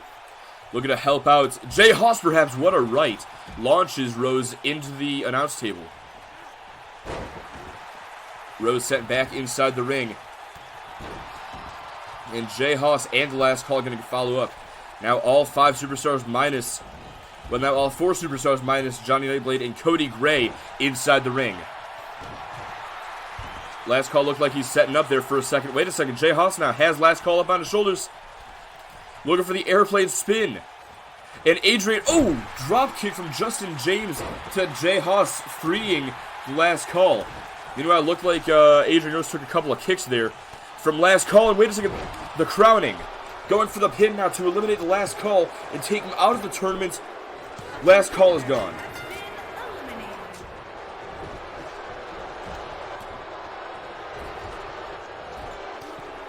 Where's this thing at? Here we go.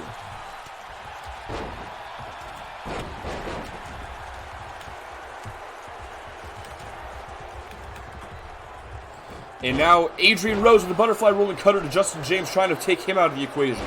This could be it for James to eliminate him from the Proving Ground tournament. And now the entire block party is gone.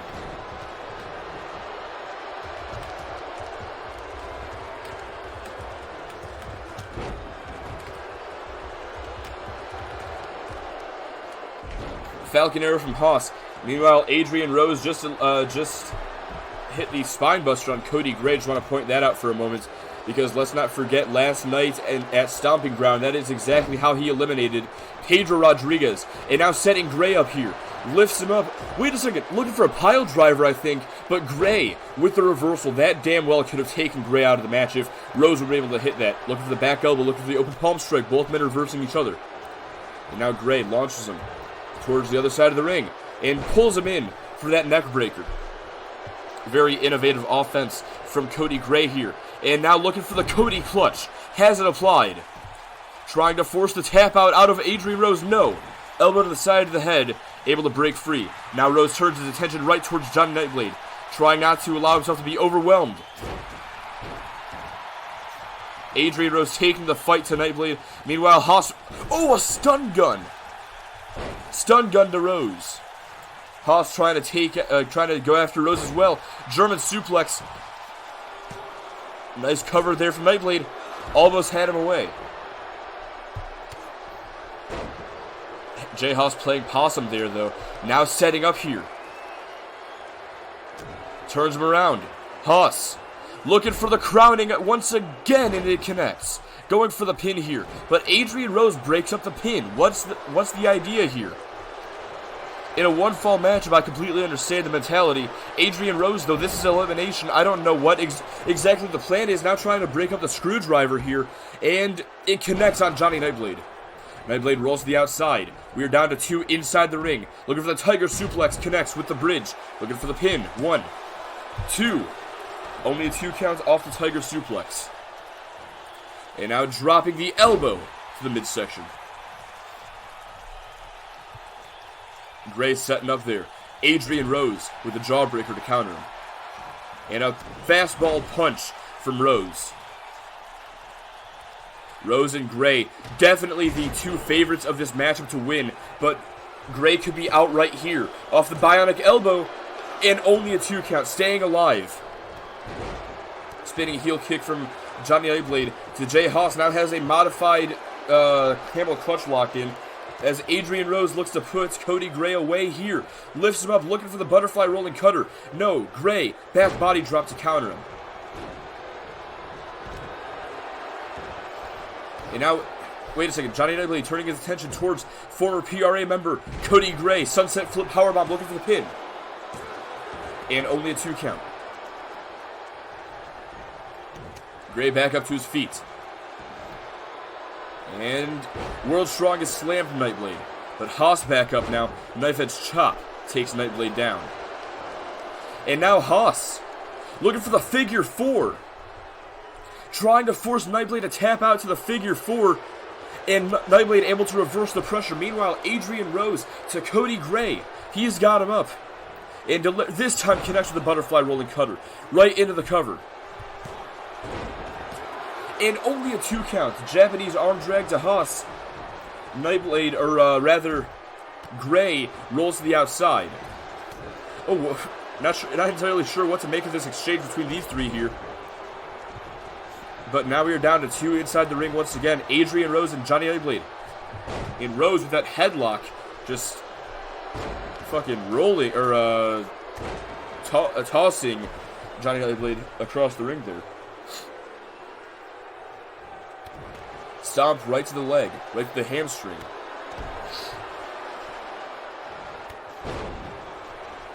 Couple of kicks to the face there from Johnny Nightblade. And setting up here. Has him up. No, just got a forearm from Rose. Able to counter him. And looking for the drop kick. Nobody home. Hey there, Rose Storm. Welcome to the stream. I only laugh because this guy right here is named Adrian Rose. And he's been looking pretty dominant so far throughout this matchup. Gets taken down by that calf kick, though. And wait a second, Nightblade could be looking to put Rose away with the cradle DDT. Drops him. And now Cody Gray trying to pick up the pieces to eliminate Adrian Rose from the match. And Rose is gone. One of the biggest threats in this entire tournament has been taken out right there by Cody Gray and Johnny Nightblade working together. And what's even more ironic here is now that Rose Storm has left, Adrian Rose has been eliminated. Going for the pin here on Cody Gray. About to say.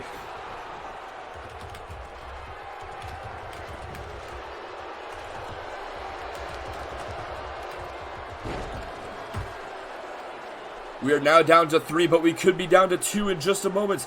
Cody Gray delivers the screwdriver to Johnny Nightblade. Now rolling to the outside. Wise move. Veteran instincts there from Johnny Nightblade. A veteran of the game. And now, Gray lifting Haas up. Screwdriver connects once again, this time to the King. And now the pin. 1, 2, 3. No! Holy shit. Fucking Jay Haas is kicked out of the screwdriver. That is a rare sight, but we just witnessed it right there. And now Haas just stalking Cody Gray here. Gray picks himself back up on the apron, gets taken down though. And Haas, the only man in the ring,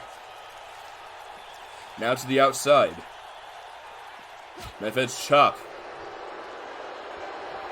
And inside the ring goes Cody Gray. He gets slammed right into the apron.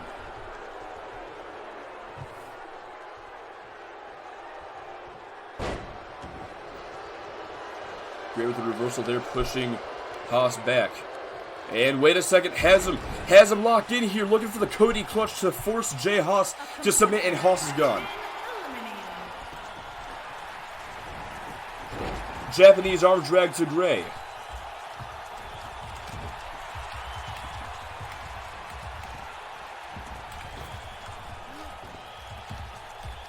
And now we are down to 2. One of these men will join in the finals of the Proving Ground tournament. Johnny Nightblade representing the PRA. Cody Gray representing the Allegiance. Who would have fucking thought that this matchup would come down to this fucking rivalry? And Cody Gray now turning Nightblade around. Going to the top rope, looking to put him away here. And Gray, looking for the thermal imploder, finds its mark. And falls right back into the cover here to eliminate Johnny Nightblade and advance in the tournament. Cody Gray is going to the finals.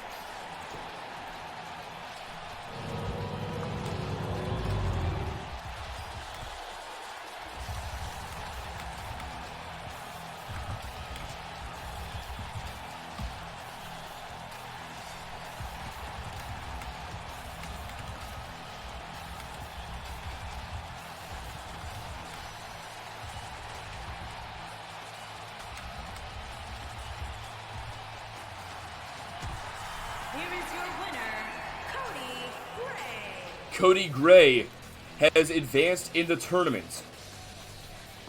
Cody Gray will be moving on to face the likes of DGX, Alex Rude, and Jordan Carr in our second of 2 main events. But coming up next, we have our first of the 2, when we see Christopher Wolf and Tyler Van Diver go one-on-one for the UPWA Championship. Stay tuned for that. And then coming up right after, we have our second of 2 main events, 60-minute Iron Cell match between the 4 finalists.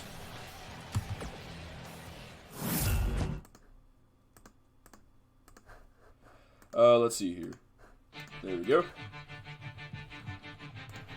Gonna go back to the webcam screen real quick for just a moment as I set this next match. Well, I don't even have to set this one up. This one's already set up in universe. Conveniently.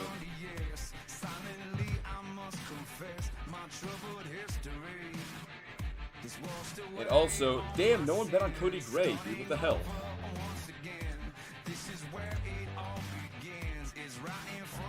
Let's see here.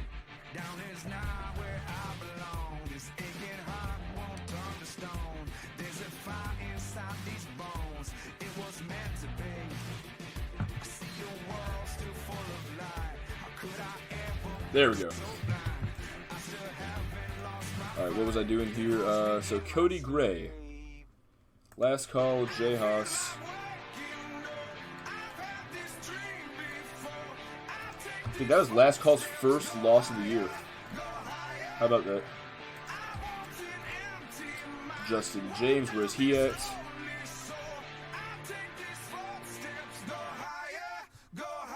Johnny Nightblade and Adrian Rose.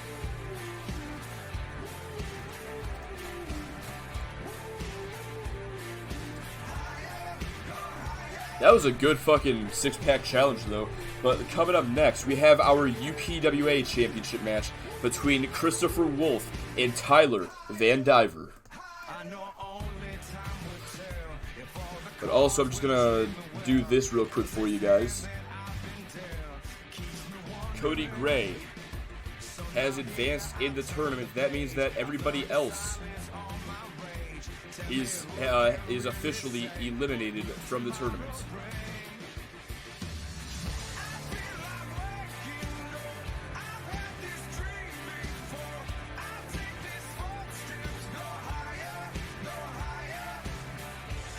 Let's see. What was I doing?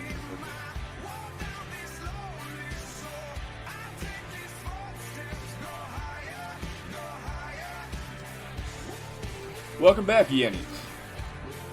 You missed it. Fucking Cody Gray went ham, eliminating just about everybody to win the match.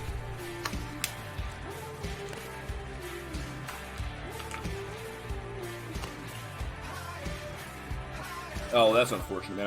I'm sorry to hear that because your fucking internet made you miss a great match. That's unfortunate. Alright, let's see here.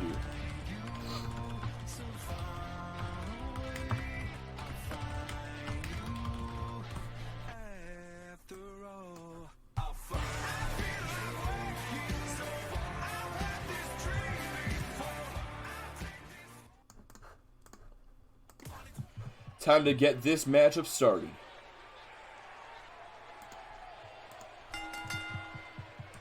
The following contest is scheduled for one fall and is for the Pro Wrestling Alliance Championship.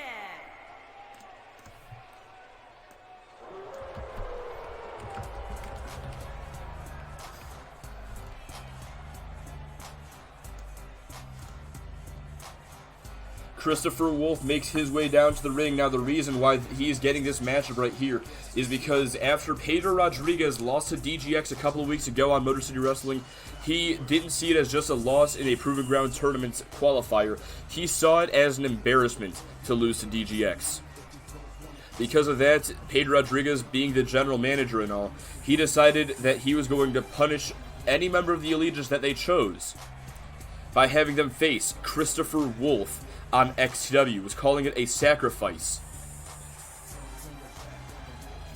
Ultimately, the Allegiance chose Tyler Van Diver to represent them in the match, and unsurprisingly, Christopher Wolf walked right through him. Walked right through the UPWA champion. Van Diver did what he could. Don't take anything away from Van Diver. He did what he could in that matchup. But it wasn't enough. At the end of the day, it was Christopher Wolf who managed to defeat the champion in a non-title match, and because of that, in Pedro Rodriguez's eyes, he has earned an actual title opportunity against Tyler Van Diver.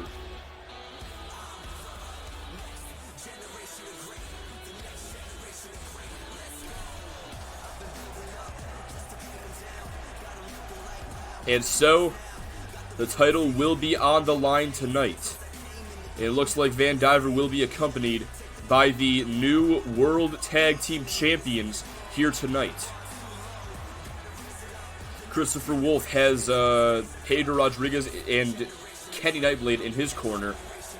Van Diver has Drew and Cody Campbell representing him. Now this is going to be one hell of a match right here. Our first of two main events of the evening.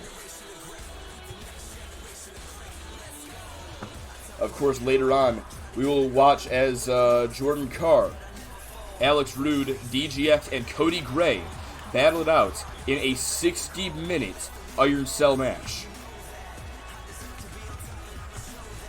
But first, before we can figure out who will be holding the contract to redeem against one of these two men, or the European champion, we have to determine who will be the UPWA champion that could have the Proving Ground contract redeemed against them.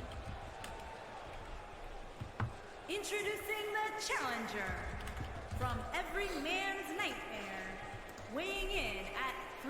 280 pounds, the monster, Christopher Wolf.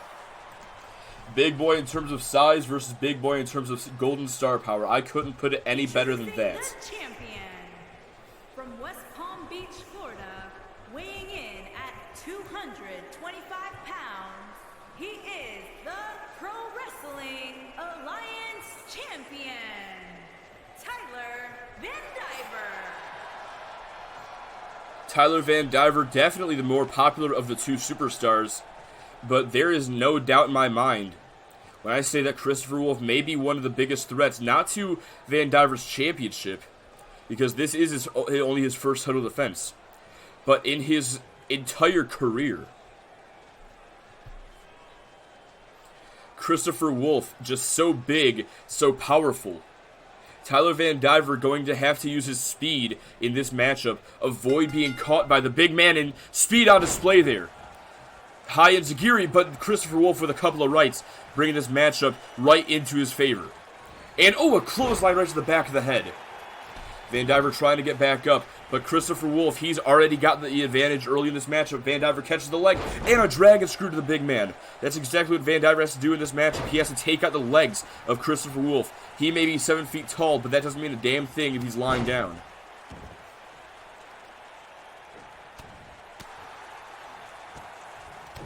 There's a big kick right to the midsection. And gets launched right into the corner. And Wolf now going behind Van Diver here. Locks in a rear chin lock. And the huge arms of Christopher Wolf wrapped around the throat of Tyler Van Diver. It's kind of hard to see from this angle, but you can see a little bit. There's a bit of space between the arm and the head. Christopher Wolf, if he wants to get anywhere with that headlock, he has to wrench it in even deeper than that. 7 foot in height or 7 foot in length? We're talking about height here. And knee right to the midsection. Nowhere for Van Diver to go in that situation. Was trapped in the Tree of Woe, going for the pin now, but Van Diver able to kick out. And now has the camel clutch. Wait a second. Punches forearms right across the forehead. Wasn't even going for the submission there, just wanted to inflict punishment. And now has Van Diver up on his shoulders. Delivers the discus punch.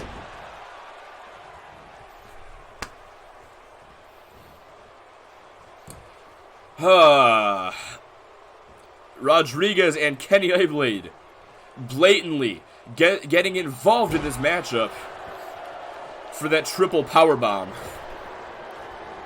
Going for the pin now. Wait a second. Kenny Blade has been ejected from ringside in this matchup. But what about Pedro as he counts the pin? Only a 2 count. And now, wait a second. Pedro Rodriguez is gone too. After that triple powerbomb stunt, the PRA have been ejected from ringside. And rightfully so for that matter. That means that Van Diver now has the numbers game advantage. Going for the pin here off the flatliner. Van Diver, he still has the Campbells in his corner. That is a very decisive advantage. You have to wonder how much of a factor they're going to play throughout the rest of this matchup as Van Diver delivers the super kick. And now, from behind, the golden keys. Going for the pin here. Hooks the big right leg, but rope break is Tyler Van Diver's worst enemy at the moment. You know, before we go any further with this match, I just want to say, both the Van Divers are champions right now, and I think that's really cool. I want to say that now before the end of the match, just in case it's not the same at the end of the match. Goes for the pin off the Golden Star DDT. No. I saw it. I wasn't sure if the referee quite saw it. Looks like he did. That left foot was underneath that bottom rope. This matchup resumes. And now launched into the corner. Looking for the splash. No. Going over. There's the high kick. Back inside the ring he goes. Kick to the leg. And now sends him into the corner once again. Turns him around real quick. What's Van Diver thinking?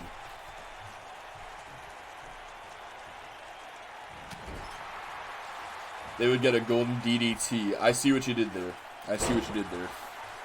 Meanwhile, Tyler Van Diver continuing to go after the big man's legs, trapping that leg and delivering a very effective maneuver right to the back of the leg, and now overhead leg drop, or over the top rope, delivers the leg drop right to the back of the head. And now, wait a second, Van Diver lifts the big man up, golden star bomb, going for the pin, but rope break. Motherfucking Van Diver, the ropes are there, drag him away.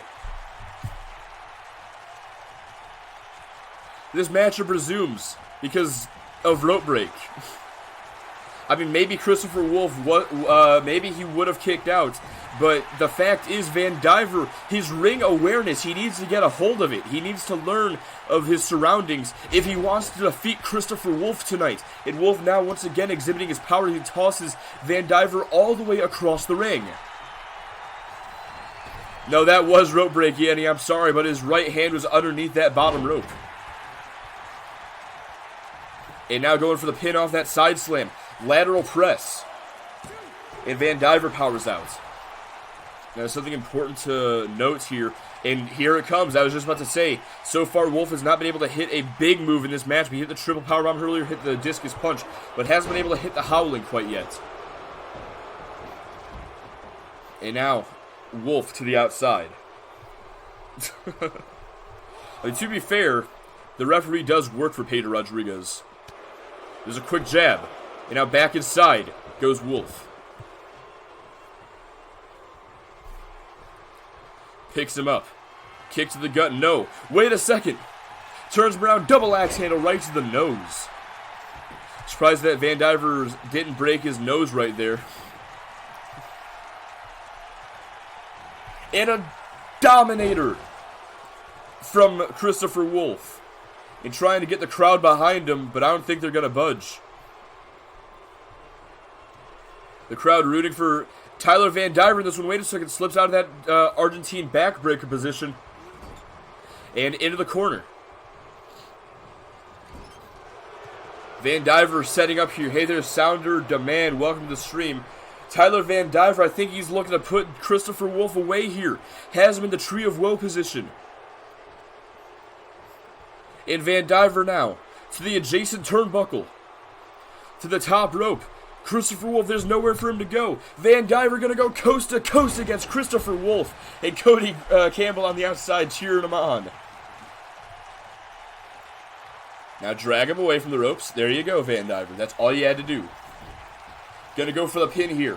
Off the coast to coast to put the big man away and retain the UPWA Championship. Tyler Van Diver defeats Goliath. My God, what a match, dude. All these matches have been good as hell. I'm paying this one out 3 times. I'm paying it out 4 times because it's also a main event. So good job, Yanni. Get ready to be the richest man in the fucking chat again. God damn, you really went all in on fucking Wolf there. On Van Diver there, my bad.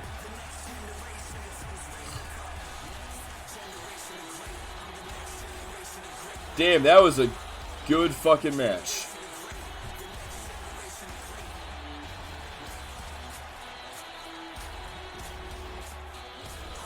Here is your winner, and still Pro Wrestling's Alliance Champion, Tyler Van Diver. Tyler Van Diver retains the UPWA Championship in his first title defense. Congratulations to Van Diver on defeating the undefeatable Christopher Wolf here tonight. And that was a good fucking match. I'm kind of surprised at the result also. I was honestly expecting Christopher Wolf to win, especially after last Tuesday when Wolf beat him in the non-title match. But we still have one more match to get through, ladies and gentlemen. Get ready, this is a hefty one coming up.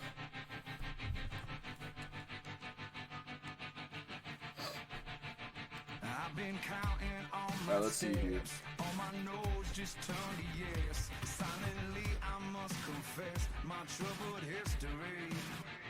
This washed away all my sins, starting over once again. 60-minute Iron Cell. Let's get this shit going. Is right in front of me. Down is not where I belong. This aching heart won't turn to stone. There's a fire inside these bones. It was meant to be. I see your world still full of light. How could I ever been so blind? I still haven't lost my fight. That haunts me in my sleep. I feel like That was a little confusing there. Let's see. I've had this dream before. I take these footsteps, go higher, go higher. Jordan Carr, Alex Rude, DGX, and of course, Cody Gray. Go higher.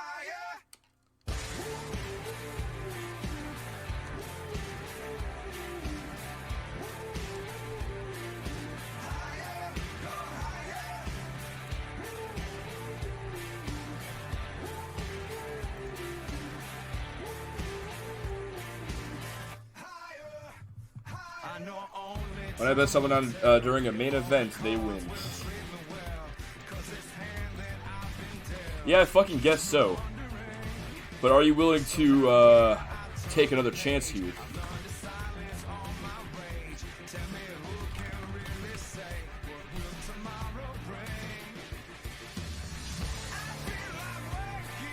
Let's see, so for this match I have to pay out 4 times for the 4 people, plus main event, so that's plus another payout, so that's 5. And if it's a good match, it's gonna go 6. So you guys got the opportunity here, if you bet on this match, to win 6 times over.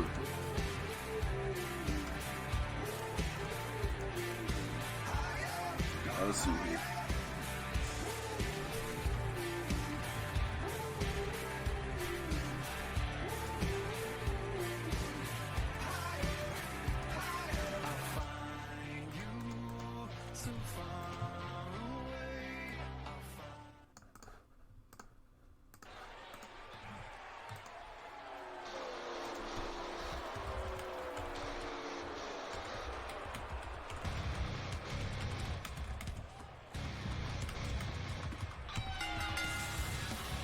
The following contest is a fatal 4-way Hell in a Cell match and is for the Money in the Bank briefcase with the contract inside of it. Making his way to the ring from Newark, New Jersey, weighing in at 268 pounds, Jordan Carr. Betting on the Golden Gooses, I like it. Let's see here. I'll get betting started in just a few moments here. What was I doing? Shit, what was I doing? Oh yeah, that's what it was. Oh wait, what's going on here? Oh, hell yeah! What's up, Doc? The Doc is in the house. Thank you very much for the host, bro. Just in time for our second of 2 main events, actually. Buckle up, because this is a 60-minute Iron Cell.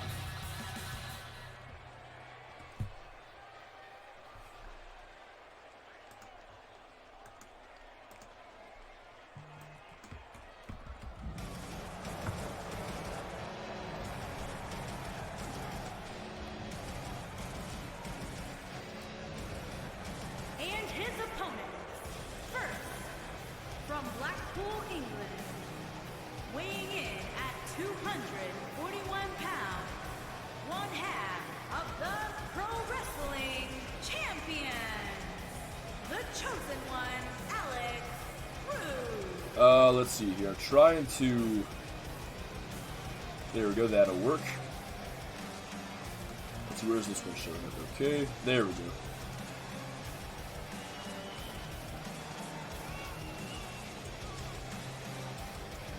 Conveniently enough, Rude is already set. And then this one right here.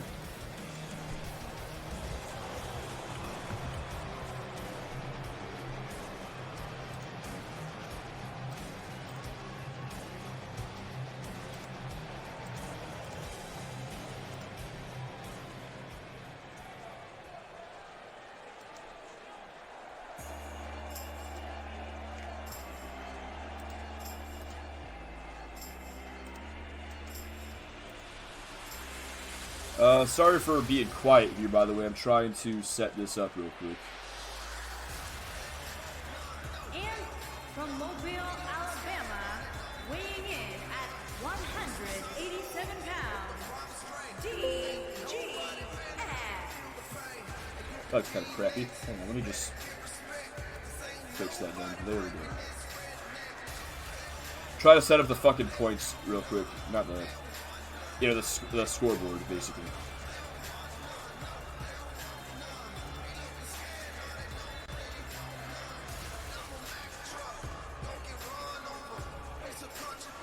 Also, I'll get betting started. Yep, sorry about that. Casual Windows noise. That's on me.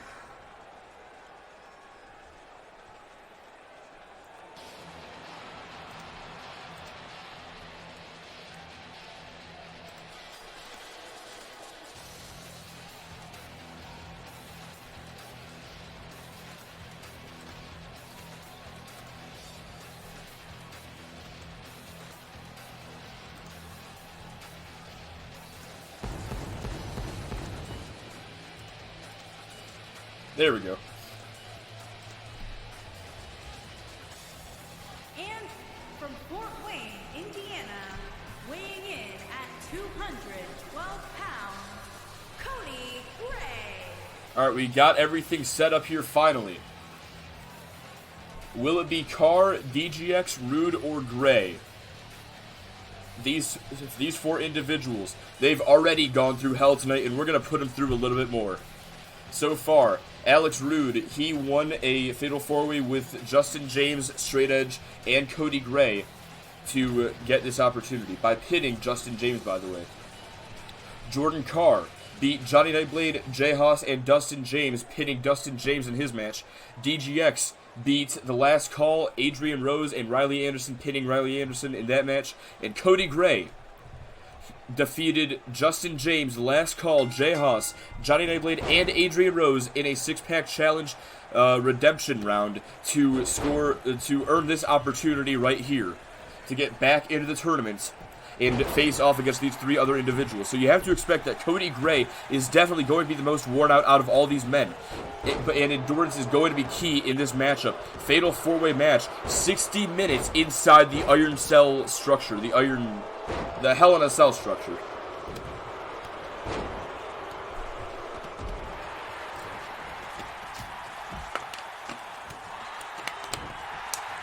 Now, just as in every other Fatal 4-Way, or multi-man, rather, matchup, you have to expect that the strategy has to be to stay out of the ring as long as possible, let your opponents fight it out. In the Iron Man structure, though, in the Iron Man format of a match, that strategy has to be amplified. Because if you get pinned in a regular match, the match is over. If you get pinned in this match, you let your opponent take a fall, which doesn't end the match necessarily, but that puts everybody else behind that person. So if you ask me, the ideal strategy has to be to let your opponents duke it out, and slip in there when any of them are hurt to score the pin. Your opponents won't be as focused on breaking up the pin because the match will continue on anyway. That gives you a greater opportunity than normal to score the fall. And DGX trying to score his first fall against Jordan Carr with the Alabama Slam. Going for the pin now. Not even a 2 count there. Alex Rude able to break it up. And the very European uppercut to Carr takes him down. Carr so far has been on the receiving end of the most punishment in this matchup. First the Alabama Slam, then the European uppercut. Alex Rude, I think, might have been looking for the last shot there. Didn't happen. Carr instead, no, there's the arm drag to him.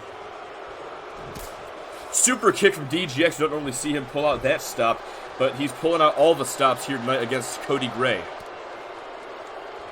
Now all four men battling it out on the outside of the cell structure. Just saying, after this pay-per-view, Jordan Carr is definitely going to be a star. I agree 100%, honestly. So far tonight, he has exhibited... Well, I'm not going to say anything, actually, because he did get kind of lucky earlier. He picked his spot against Dustin James. Now off the punt kick against Alex Rude, only a 1 count there. before Cody Gray manages to break up the fall. But I think it's what happens in this match that's really going to determine the kind of superstar that he is. As Cody Gray locks in the Cody Clutch, not even going to get out, not even going to score a fall there, as Carr is able to break out in less than a second. Kid does have ring awareness. That's something that Tyler Van Diver ain't fucking got. Cody Gray now setting up here as DGX slides back into the ring. Gray looking for the screwdriver, but gets saved by DGX. Jordan Carr, that is, gets saved. Now you have to wonder if there will be any sort of alliance between DGX and Cody Gray in this matchup. Of course, two of the members of the of the Allegiance against the PRA, as Alex Rude connects the gory neckbreaker on Cody Gray. Jordan Carr setting up. No, wait a second. Was looking for the straightjacket DDT, the same move he won his first match with, but did not go for it, or may have went for it, just didn't connect. Instead was able to break up the pin on Cody Gray. Now lifts Gray up, drops him with that straightjacket DDT. Going for the pin. It almost scored the pin there due to Alex Rude not being able to get there in time, but Rude just barely got there to break it up. Now a couple of forearms, a couple of strikes. There's the reversal, and a clothesline takes Rude down.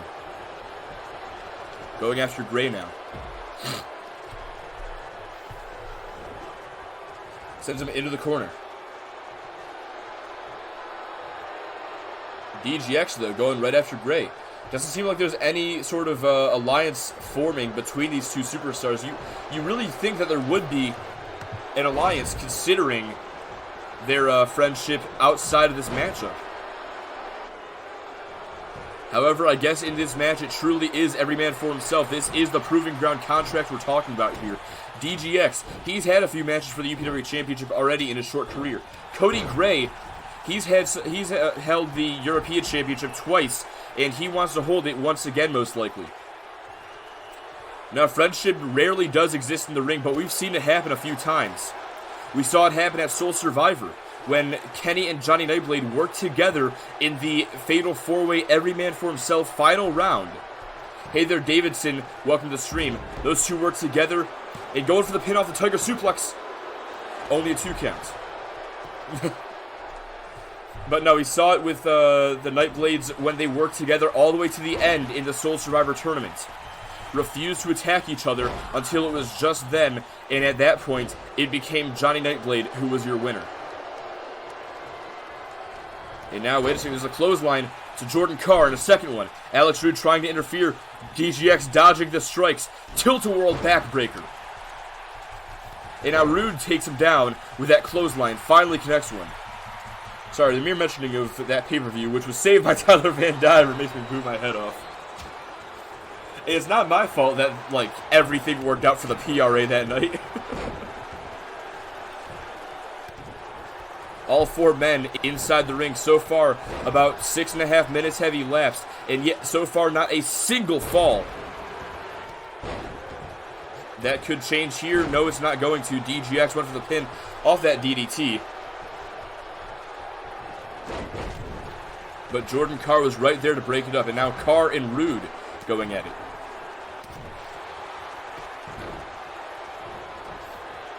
And wait a second, Rude alone in the ring.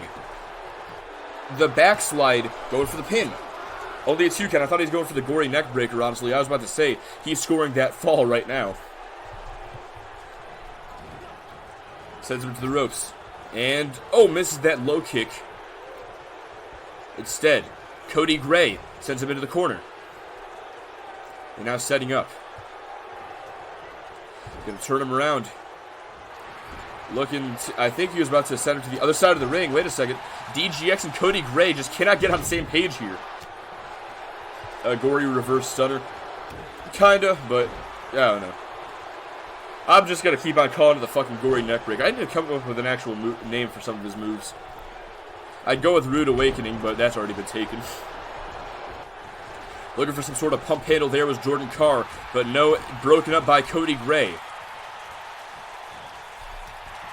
And now Gray and DGX going after Carr, but Carr fending off both of them. club right to the upper back. And now Carr, after DGX, facebuster takes him down. Carr will not be denied. And a facebuster, well, a double-handed bulldog takes Carr out of the ring finally. And now we are down to 2 inside the ring, as DGX places Gray in the Tree of Woe. And a couple of knees right into the midsection. Or more than just a couple there. And now, oh, the cutter into the Dragon Sleeper has it locked in. The Dragon Slayer, rather. And Alex Roode is submitted. Holy shit, I didn't think Alex Roode was going to tap out. But DGX earns the first fall of the matchup. Hey there, Expert Sleep, welcome to the stream. Took 8.5 minutes, but we have our first fall.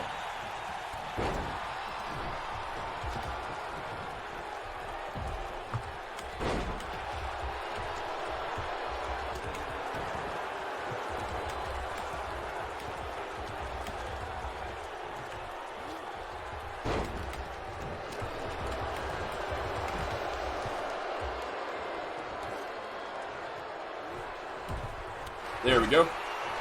So at the moment it is 1-0-0-0, or rather 0-1-0-0. Actually, no, I think technically it's 0-0-1-0. I probably sound like fucking binary right now. But either way, I'm just trying to get it as exact as possible. Off the elbow drop, DGX breaks up the pin. And continuing to stomp away at Carr. Oh, and trips up Cody Gray. Fucking DGX, man. There's a punch right to the midsection, but gets responded with by a forearm from Cody Gray. Reverses the chop. These two just going back and forth. Alex Roode went for that last shot. Jordan Carr able to reverse it. And a hip toss, taking Gray down. And wait a second, DGX now.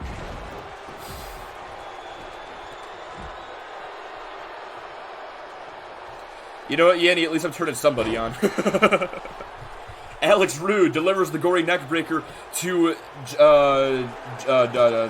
fucking Jordan Carr. Only a 2 count. I thought that was going to do it for him. I was getting ready to put in the next fall. This is the clothesline attempt. There it is. This one connects. And a second one now. And follows up with a third clothesline. This one a leaping lariat. But now, Cody Gray and DGX back inside the ring. There's the very European uppercut to Carr, and the Uranagi to Gray, going for the pin. Referee, no one sees it, no one sees it. Almost snuck one in there.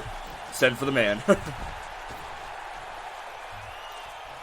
Turn him around here, drapes him across that middle rope. And wait a second, DGX's arms are trapped underneath that bottom rope, getting tied up there. And now taken out of the equation. Jordan Carr, elevated DDT. The high angle DDT going for the pin now. And only a 2 count. Almost scored his first fall of the matchup, but there's still just under 49 minutes remaining. This matchup, there's still a lot of time left. DGX may have the first fall, and that may be the deciding factor of this matchup, but it is still anybody's game. Attempted that Cody clutch. Oh, last shot to Cody Gray. Going for the pin. And that is the 3 count right there. Hey there, Provoked Word and Twisty Wig. Welcome to the stream. Alex Roode scores the fall.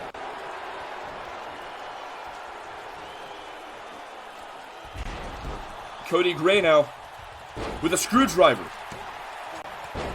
DGX's pin broken up. Yeah, DGX almost broke it up, but that's the key word right there, almost. Let's see here. Need to put this in real quick.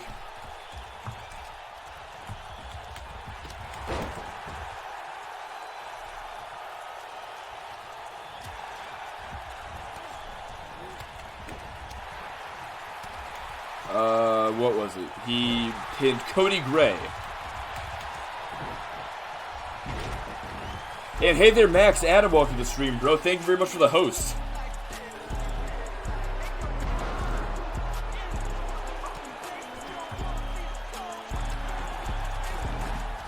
Let's see.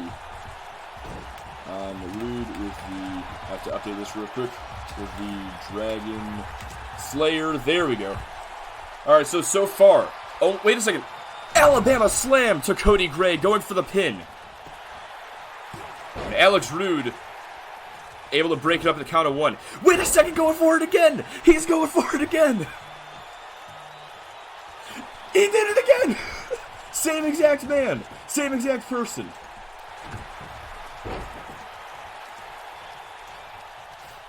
Fucking hell. I can just copy and paste that one then. Let's see here. Third fall, there we go. That makes things easier. Wait a second, gory neck breaker to Cody Gray. Only a 1 count there before it's broken up by Carr.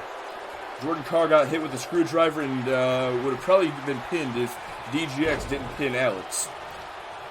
Pinned by Cody if DGX didn't pin Alex. That's probably true. That's probably true, but the fact is, it's a fatal 4-way. You have to make sure all your opponents are down if you want to score a fall on one of them. Sometimes it requires luck, sometimes it requires being in the right place at the right time. DGX, he was in the right place at the exact right time. We are down to 3 inside the ring. DGX, I think, inadvertently just saved Alex Rude there. Looks like the Elitist members are teaming up here. And Gray, I think, was about to go for that screwdriver again. Instead, DGX gets a kick from Gray. And Gray now looking a little upset at DGX for breaking up the screwdriver. Going for the pin. Feeder on the ropes. Well, it doesn't even matter if the referee sees it or not. Only a 2 count.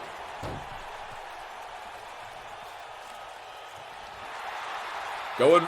Wait a second. Calf crusher. The calf crusher locked in, and Jordan Carr breaks it up. And a knee dropped right across the lower back of DGX. Carr trying to attack Gray. There we go. Finally getting him here. Gray with a reversal. Oh, a big boot right to the chest. Nearly caving in the chest cavity. Going for the Cody clutch again. Broken up by Alex Rude. And now DGX going right back after Rude here. Sweeps the leg. Takes him down. And Rude back out of the equation as Cody Gray works on the arm of Jordan Carr. Going for the pin is DGX. Doesn't get it, obviously. Cody Gray right there to break it up. And now DGX going to send Gray into the corner.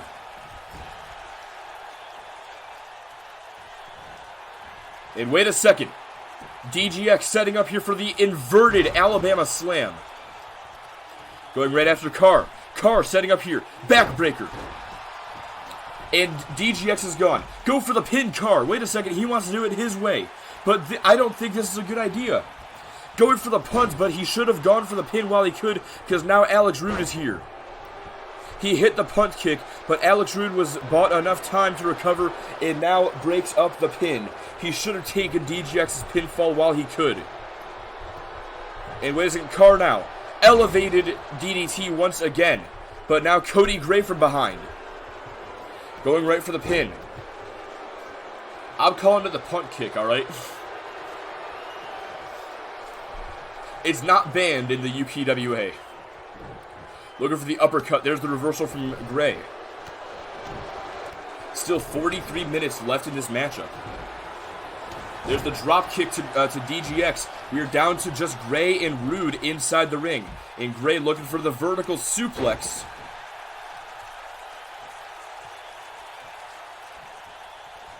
And might have been attempting the spinning leg lariat there, but Alex Rude had it scouted. Ooh!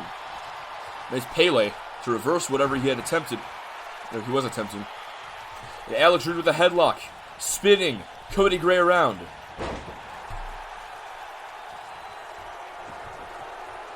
And Alex Rude setting up here. There's the last shot. Finds its mark on Cody Gray, but Jordan Carr right there breaks it up. And DGX now. Looking for the cross armbar. Trying to tap out Cody Gray. No. Gray able to fight out.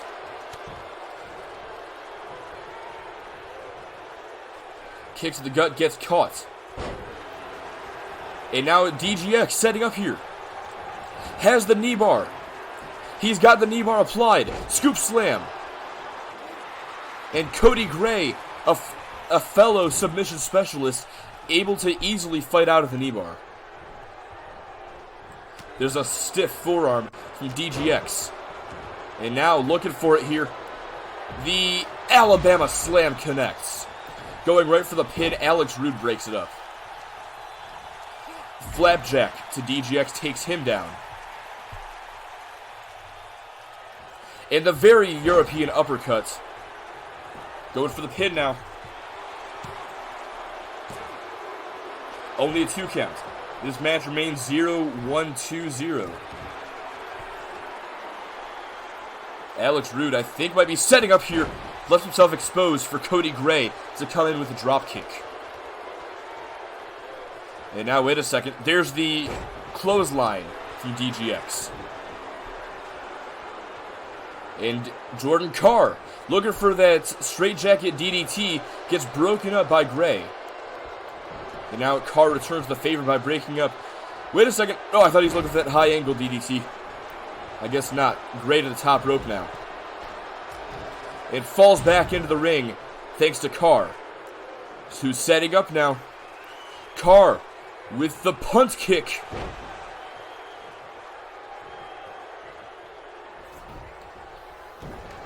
And wait a second. I'm not even going to try to call that because that was just 2K being weird, I guess. Wait a second. Carr. The straightjacket DDT. Go for the pin, kid. 1. Not even a 2 count. Cody Gray got up too quickly, but you have to expect that would have been a fall. Hey there, Willful Animal, welcome back. Yeah, pretty much, Yanni. But wait a second, DGX off the Alabama Slam. 1, 2, only a 2 count. Thank you, Animode, for the host. Punch right to the midsection. And a quick strike, a left, another right. But a forearm from Alex Rude to respond. Jordan Carr setting up here on Cody Gray this time. Drops him with the straightjacket DDT. Going for the pin now. But Alex Rude, wait a second. Too tired. Almost a 2 count there. Going for the pump handle. He needs to do something to DGX here. But even if he does, Cody Gray will be back up in just a minute. It's so hard to strategize in a match like this. Whenever you think you have someone down, there's another man waiting for his spot. And Jordan Carr now taken out of the equation. Kicks to the gut from Gray. Going overhead. There's the powerbomb. Sunset flip. Going for the pin. Only a 2 count. Taking a page out of his tag partner's playbook. Tyler Van Dyke with that golden star bomb. But now Alex Rude on the outside getting back up. There's a spinning leg lariat. Knife edge chop from Alex Rude, who's setting up now. Very European uppercut to Cody Gray finds its mark. Carr has a special move and somebody breaks up the pin. If nobody broke up those pins, he'd have about 3 falls. He definitely would have. But again, that's just the structure of a fatal 4-way matchup.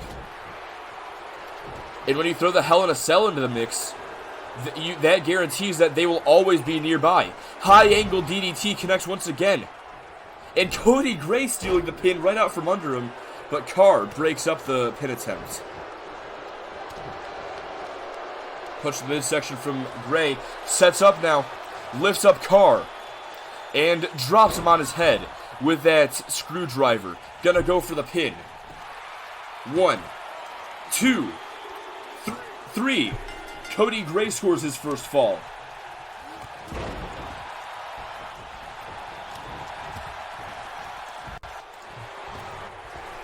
Let's see here.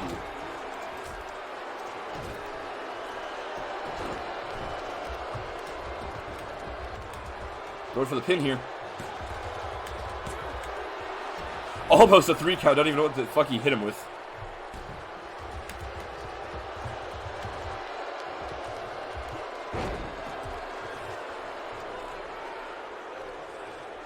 Yeah, Carr is in last place, but there's still over a half hour left in this matchup. It is not at all too late for him to come back.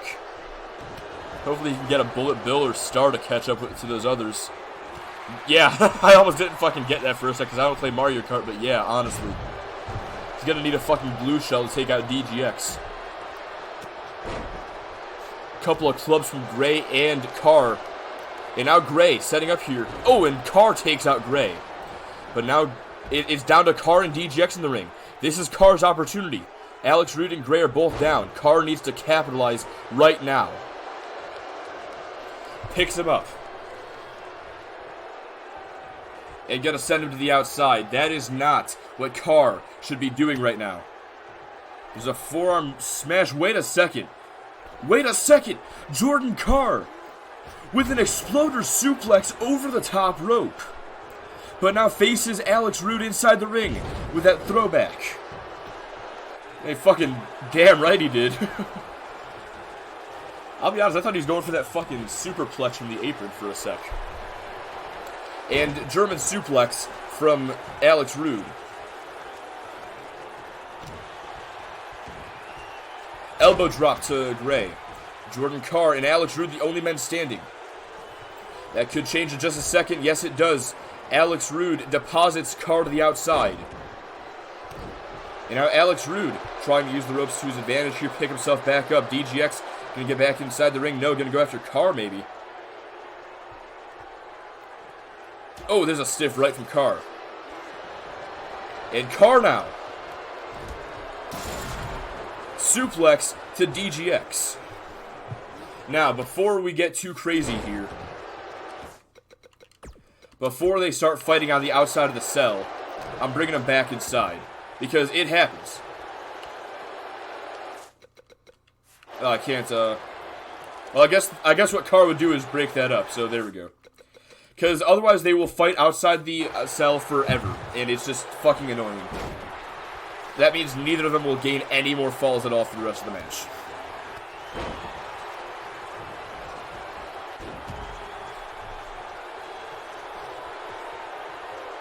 I'll allow them to break the cell, but I'm not going to allow them to fight outside the cell because it just doesn't work.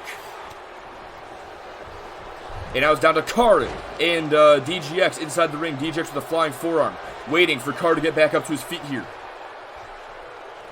Looking for it again. Doesn't have his arm wrapped around the other leg, but there's the Alabama Slam going for the pin on Carr. This could do it for him here. And that is another fall for DGX. We'll have to say right now it's looking like DGX may just be the next holder of the Proven Ground contract. And now Gray locks in the Cody Clutch. But Carr right there to break it up.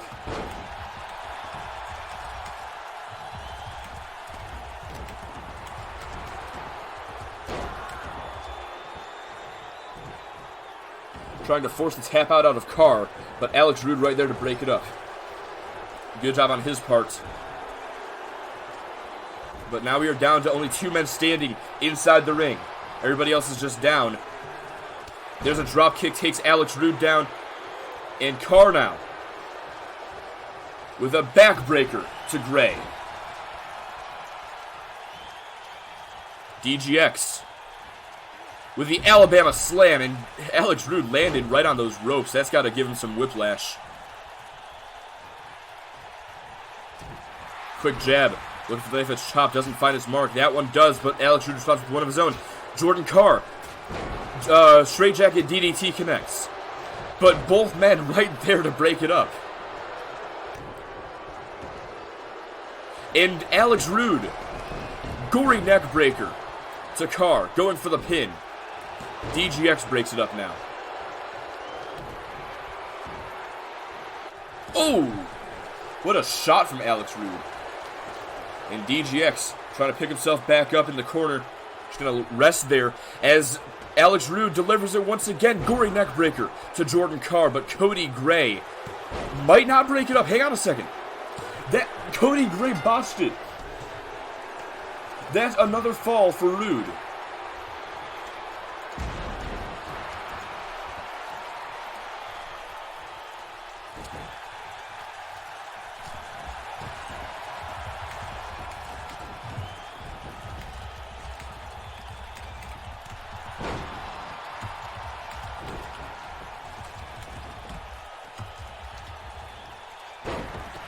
Inside the ring, there's the scoop slam.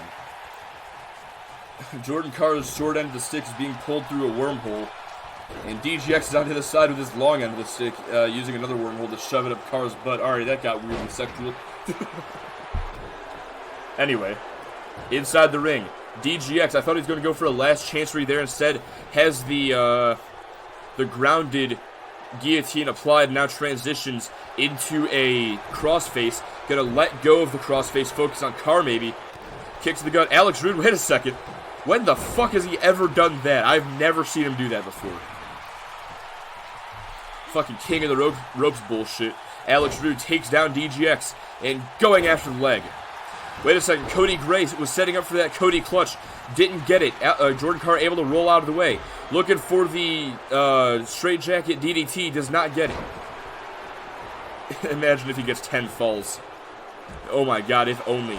Well, he might lose another here. Crossface locked in by Cody Gray. And Carr rolls him through. Able to break out of the hold. There's the reversal. Welcome back, Rhyme. Has him up on the top rope.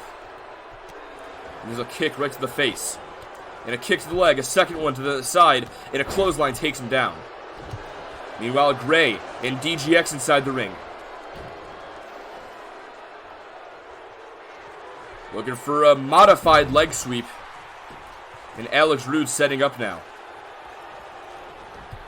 Doesn't find it. Instead, clothesline from DGX to Alex Rude takes him down. Leg sweep from Rude, though, brings down DGX. And now a suplex there. Fucking fisherman suplex from Cody Gray. There's so many suplex names, it's hard to keep track of them all. And now a Northern Lights suplex. Case in point, going for the pin. Only a 2 count. What happened there? What happened where? I have no fucking clue, Yanni. Not sure what specific event you're talking about. All I know is that there are 3 men standing inside the ring now. And DGX is the only one not with them. May have spoken too soon. Jordan Carr setting up again. The straight jacket DDT connects. Going for the pin. And there it is. Broken up. Wait a second. Oh no, was looking for the high angle DDT, but it got reversed by DGX. That was his spot. That was going to happen. Alright, Yanni.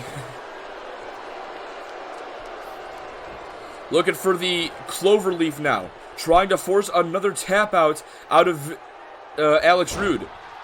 And it happens. Cody Gray almost broke it up in time, but no, DGX scores a 4th fall.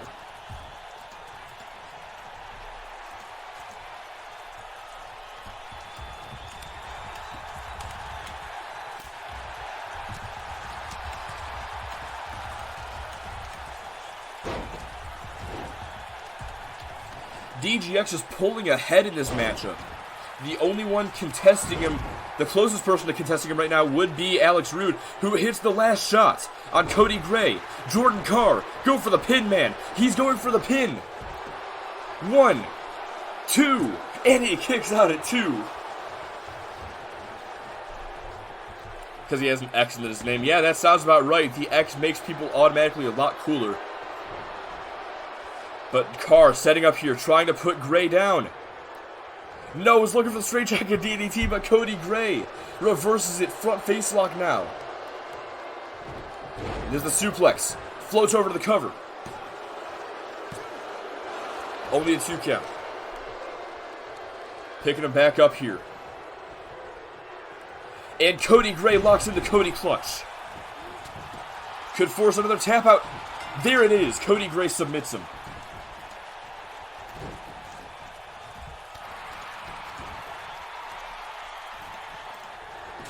Very European uppercut.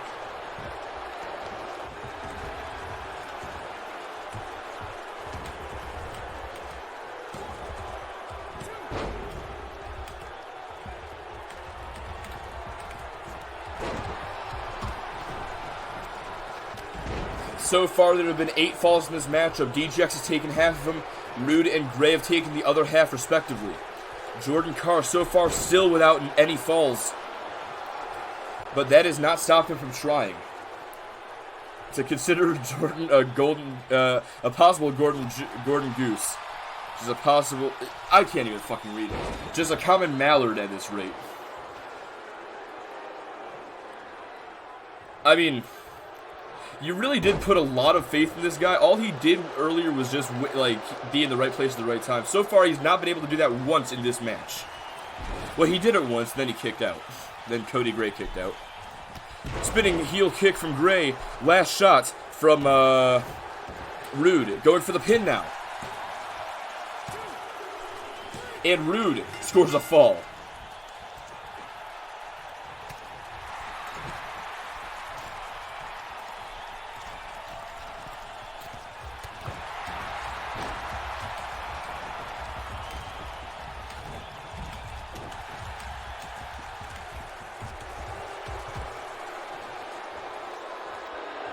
Wait a second, Gray looking for the Kimura. He had ring awareness, damn it, now he's pulling a Tyler Van Diver.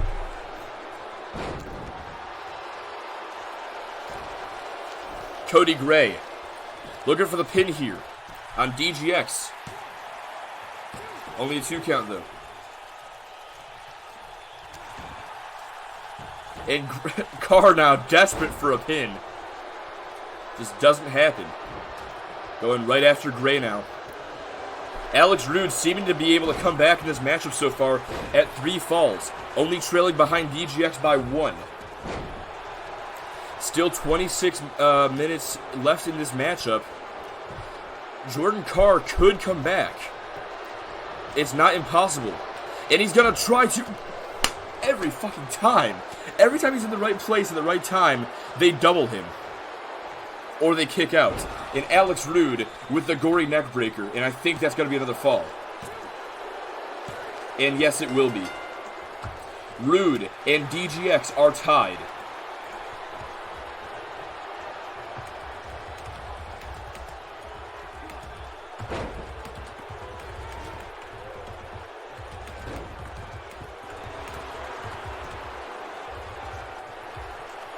And Gray with the Regal stretch.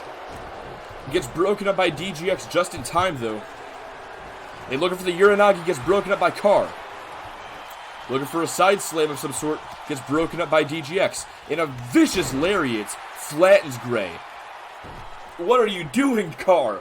What the hell was that? Oh, right onto the arm! Just a goddamn conspiracy. DGX with the Alabama Slam. And now the pin. Broken up just in time by Gray. There's the drop kick. DGX taken out of the equation. Back elbow from Gray. And now from behind, the gory neckbreaker connects. Carr, don't be an idiot. God damn it, bro. All you had to do was just kick Rude in the chest. That's all you had to do. There's the winds of change. Going for the pin. I was about to say, if he fucking scores the win off of scores a pin off of a bullshit, like just a regular ass winds of change.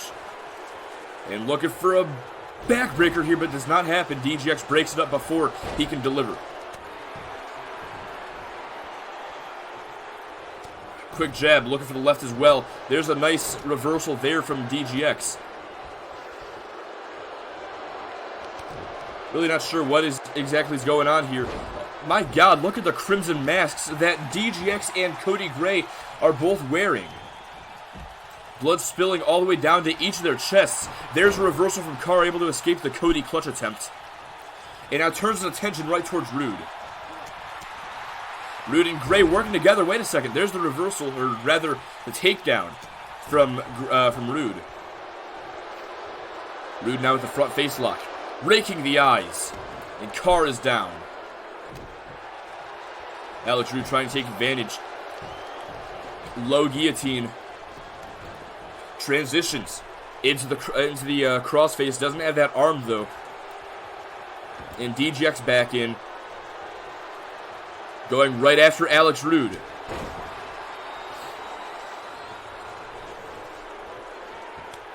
Looking for the flying forearm. Doesn't happen.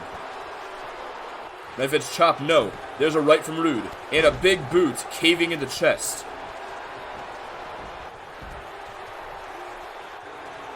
Just everybody going for Carr at this point.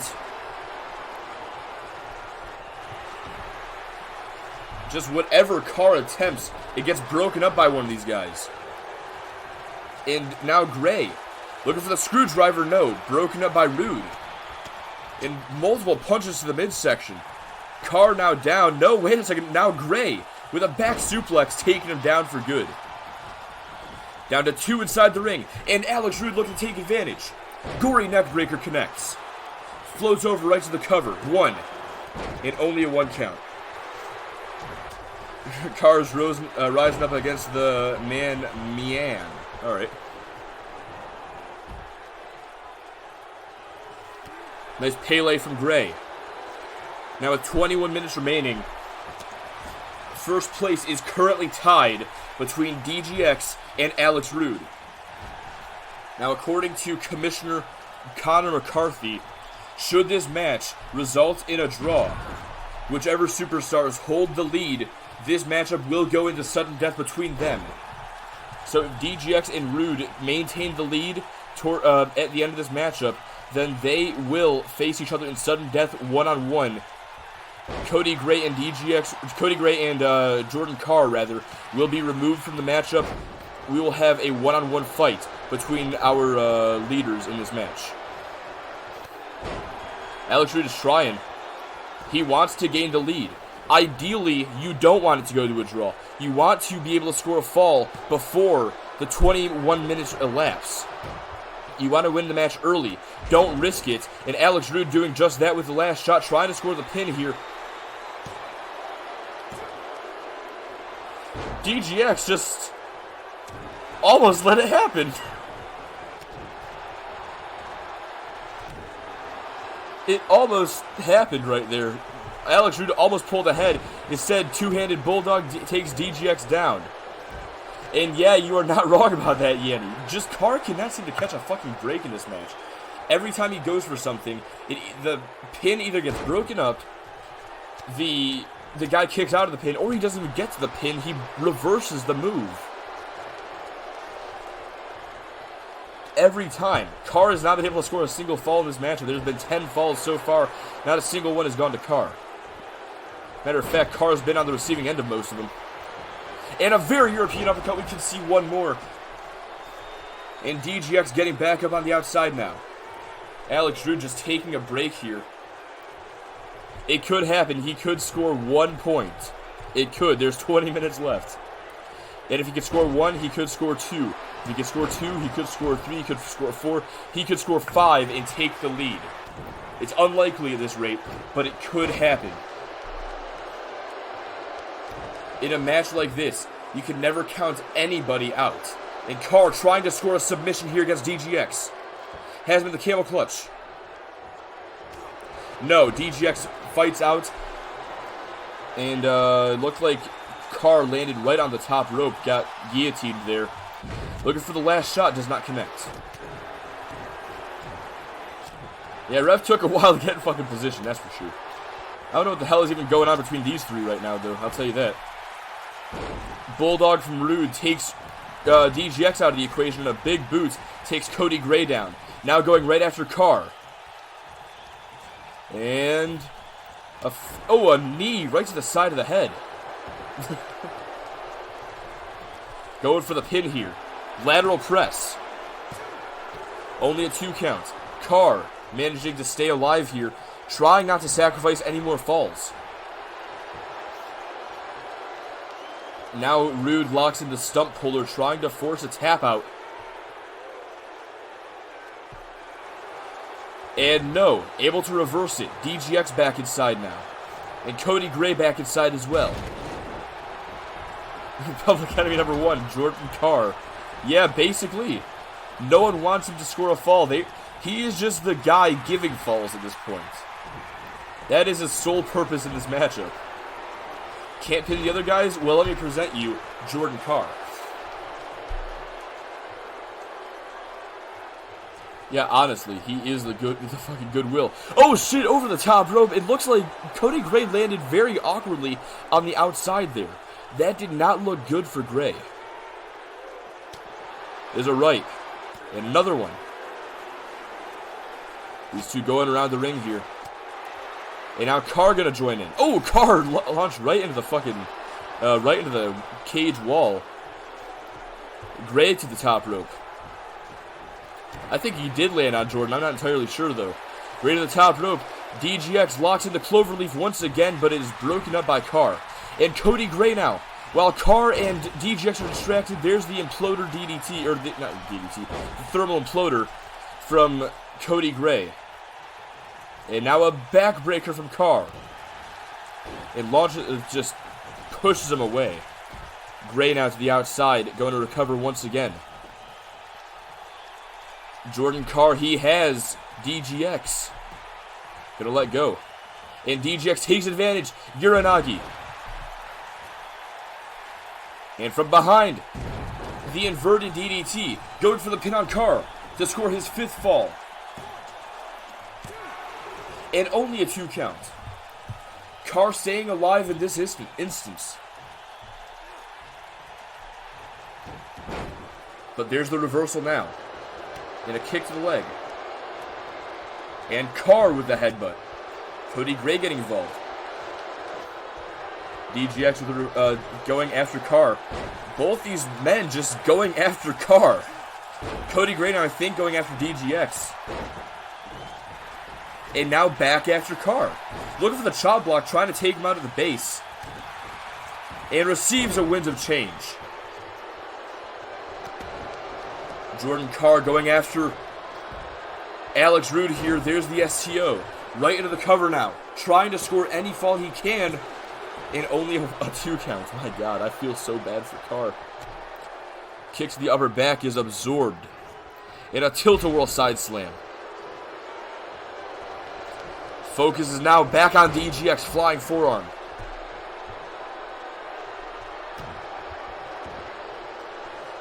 And now DGX with the wrestling roll.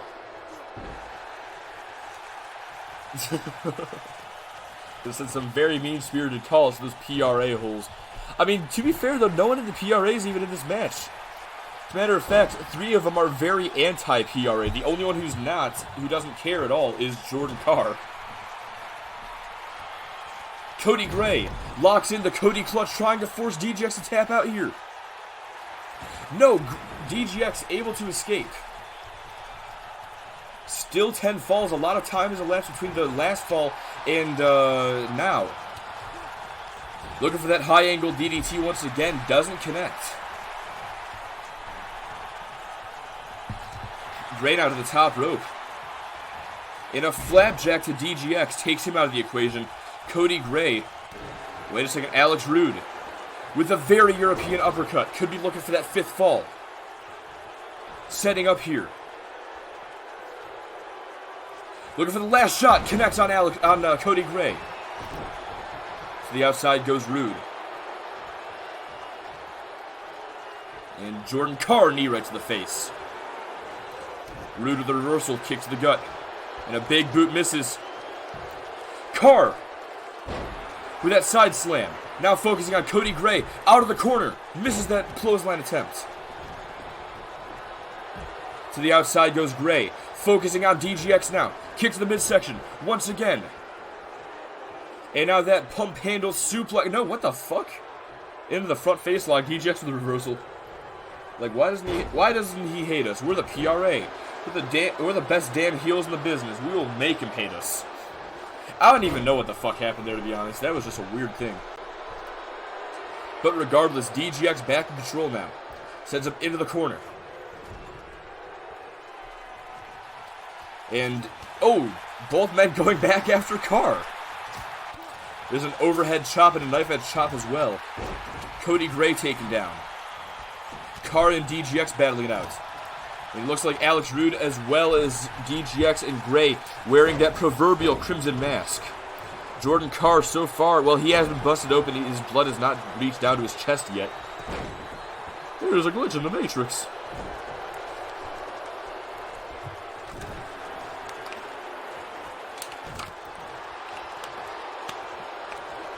DGX looking for a snap suplex. Doesn't happen. Instead, both members of the Allegiance working together against Alex Rude, and now the alliance has fizzled.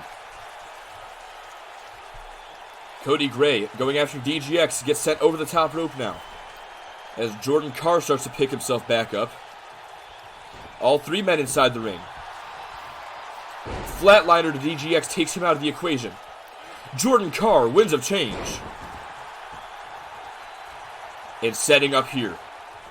Looking for the punt kick. And there it is. This time he gets it. Right into the cover. Going for the pin on Gray. Go, referee, come on, please. 1, 2. Carr had it. Carr had it. He had his first fall. And then the referee didn't fucking count it. Makes me so sad, dude. He should have had it. He really fucking should have. But it just wasn't meant to be, I guess. It just wasn't meant to be. The universe just has a way of working against Jordan Carr. Alex Rude setting up on Carr now. Looking for the last shot, finds its mark. Spinning heel kick from Cody Gray on DGX. Going for the pin. And they break it up, just in the nick of time. Alex Rude now on Cody Gray. Uranagi to Jordan Carr. Gory neckbreaker to Cody Gray. Wait a second. Off the Uranagi, he almost scored it because Cody Gray was too tired, or Alex Rude was too tired. Number 1, Jordan Carr can't score a fall, rather. No matter how hard he tries, it's just not possible. Wait, we could see it. High angle DDT. We're not going to see it.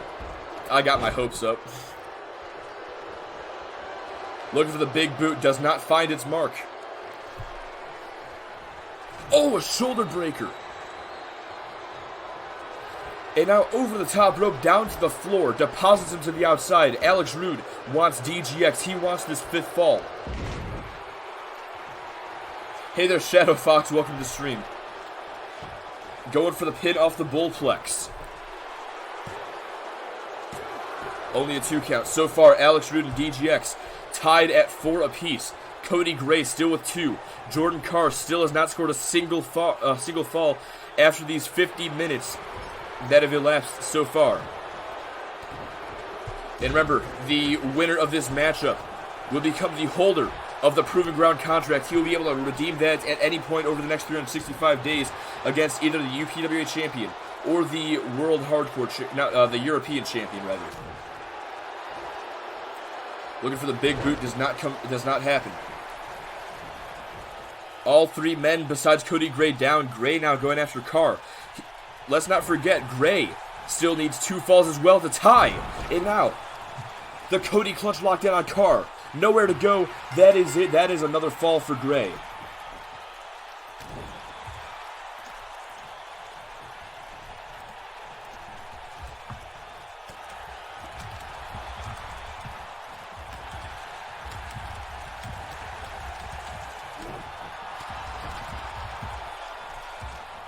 Let's see here. So the last 1, 2, 3, I think that's 4 or 5. Last 4 falls in this matchup have been scored on Jordan Carr, by the way. If anyone but Jordan Carr ties, I'm gonna lose my shit. I mean, it could happen with Cody Gray scoring that fall right now, or right there. If Rude and DGX don't score any more falls, and if Gray can score 1 more, we will have a 3-way tie. Either way, even if Gray can't score another fall, we still have a 2-way tie.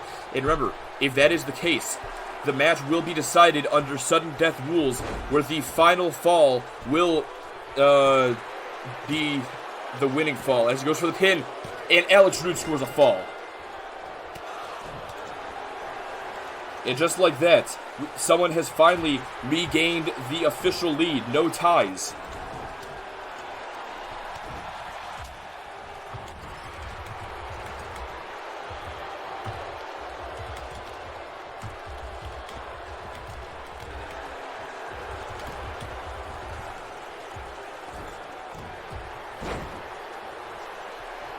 There have been 12 falls in this matchup now. Everyone in the building is going to do a major pop if Jordan Carr gets 1 fall. You know, the thing is, Jordan Carr's actually a heel. But after this performance, I might need to turn him face. Weird how things just work out like that. Scoop slam from Alex Rude. Going for the pin. Only a 2 count broken up by Carr.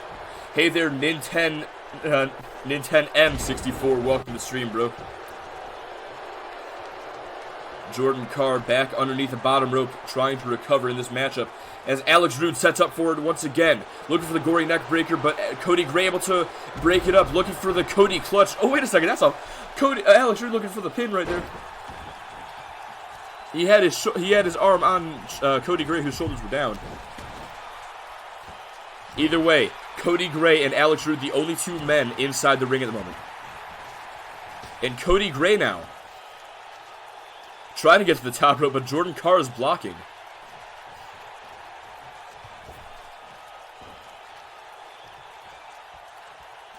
Not sure what Cody Gray's plan is here, as he now goes to the top rope. And a stomp right to the arm. Carr and Gray have spotted each other. Looking for some sort of backbreaker, perhaps. Wait a second. Gray into the front face lock. And now, wait a second. A butterfly suplex to Carr. Ultimate ring awareness by Jordan Carr. Good God Almighty, that killed him. Spinning soul kick from Cody Gray. Goes for the pin. 1. Only a 1 count.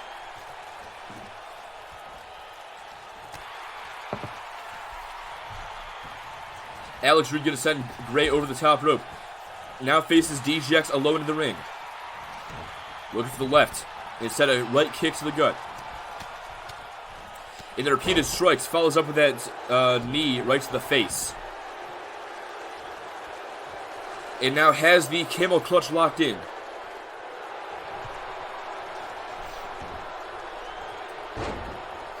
Sweeps the leg to break out.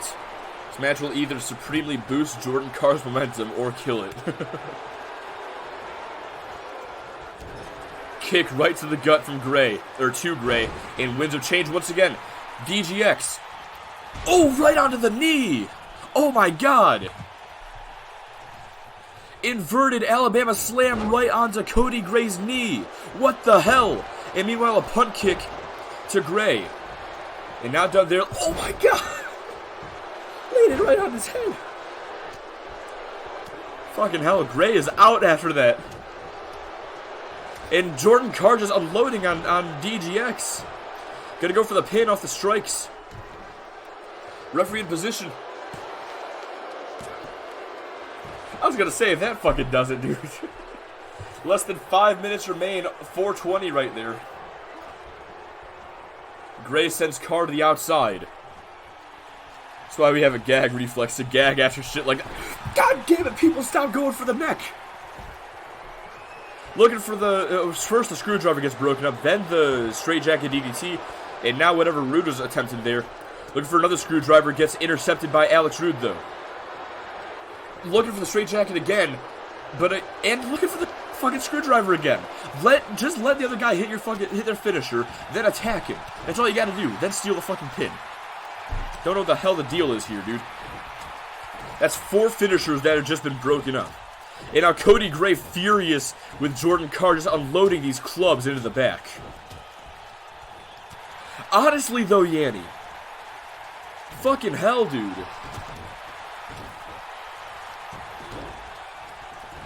And now Gray's been taken out. Jordan Carr reverses the flying forearm. DGX down and out. Jordan Carr going right after Alex Rude, the man with the most falls in this matchup. And Alex Rude, if he can hold out the lead for another 3 minutes, he will be this year's Proving Ground Tournament's winner. And he will be the holder of the Proving Ground contract. And we saw this earlier in the matchup. Does Jordan Carr have enough energy to do this again? Exploder suplex across the ring. Go for the pin, man. Oh, a right hand takes him down. Jesus. And out as well. Belly suplex, or slam rather, takes Alex Rude out of the equation. Down to just DGX and Gray at the moment. Spinning heel kick. No. Pushes him back. Stomp right to the arm. In a wrestling roll here. Has him by the waist. Alex Rude trying to get involved here. DGX going to send him into the corner. This is crunch time right now for DGX and for Cody Gray for that matter. Alex Rude, he just needs to play defense. He just needs to not let anybody else take any falls, including himself, but that's going to be difficult after that inverted Alabama slam. DGX, on the other hand, he has the more difficult task of having to score a single fall within the next 2 minutes. And then Cody Gray, he has to score 2 in order to tie. And yeah, that's all just a tie. Jordan Carr, oh, that wasn't it. I thought that was the fucking DDT. Man, I thought that was the DDT. That would have been it, though. That would have been a fall.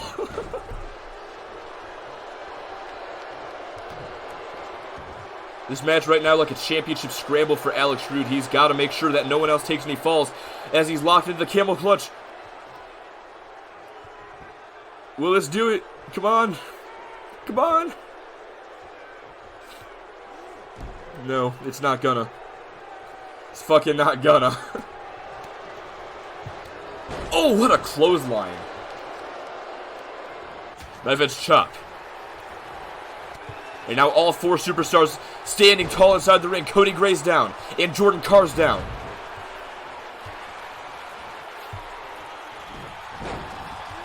Clothesline. Takes DGX out of the ring. There's a right. And a knee right to the gut. And Carr, you put everything into that knee. Club right to the back. Facebuster takes Gray down. 36 seconds. Carr can either score a pin right now, or DGX needs to get in there and score a fall right now. Hey there, Port Celery. Welcome to the stream. This is it right here. It all comes down to this. 18 seconds. Can DGX score one final fall? Jordan Carr's gone. Cody Gray trying to score a fall here. He's trying to put away DGX. No. And it's not going to happen. Alex Rude, ladies and gentlemen, is your 2020 Proving Ground contract winner. And just for the icing on the cake, a last shot to Cody Gray.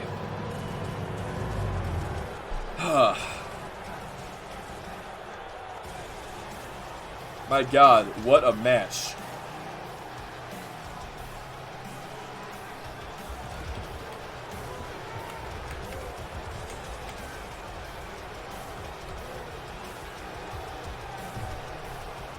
That was one hell of a fucking fight between all these guys. Even Carr. Here is your winner, the chosen one, Alex Rude.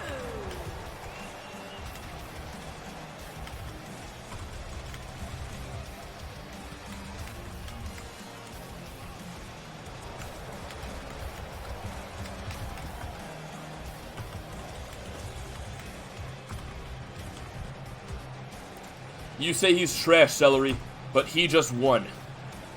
He just won, and you can see Jordan Carr in the fucking background there. You can see Jordan Carr in the background just... like, come on, man. You couldn't give me one. Couldn't give me one. Fucking hell. But with that, it has happened. Alex Rude now has the Proving Ground contract, and he has the right to challenge the UPWA champion or the European champion at any point over the next year. Oh my God, what kind of chaos is that going to lead to? And look, and just like that, I just want to say real quick before we end the show, once again, none of my guys have held the Proving Ground contract. Jordan's character Tyler Van Diver held it last year. Alex Rude belongs to Ladon. He holds it this year. Maybe I'll win next year. Who knows? But with that was a good-ass fucking show. Thank you very much, Yanni. And thank you all, everybody, who watched tonight, who's been sticking around since 9 o'clock earlier, 3 hours ago. My God, I picked a good time to start then, actually, because we're ending at about the same time as usual. But yeah, thank you all so very much for watching. This has been Proving Ground 2020 live from Memphis, Tennessee. Be sure to tune in this Tuesday night for XTW 73 and this Thursday night for Motor City Wrestling number 73 to catch the fallout from this incredible pay-per-view event. But anyway, that is all the time that we have. Thank you all so very much for watching here tonight. And I will see you guys this Tuesday for XTW and this Thursday for MCW. But for now, this is your boy, Doug the Dog 6, and I am now signing off. Thank you all so very much once again. I will see you guys later this week.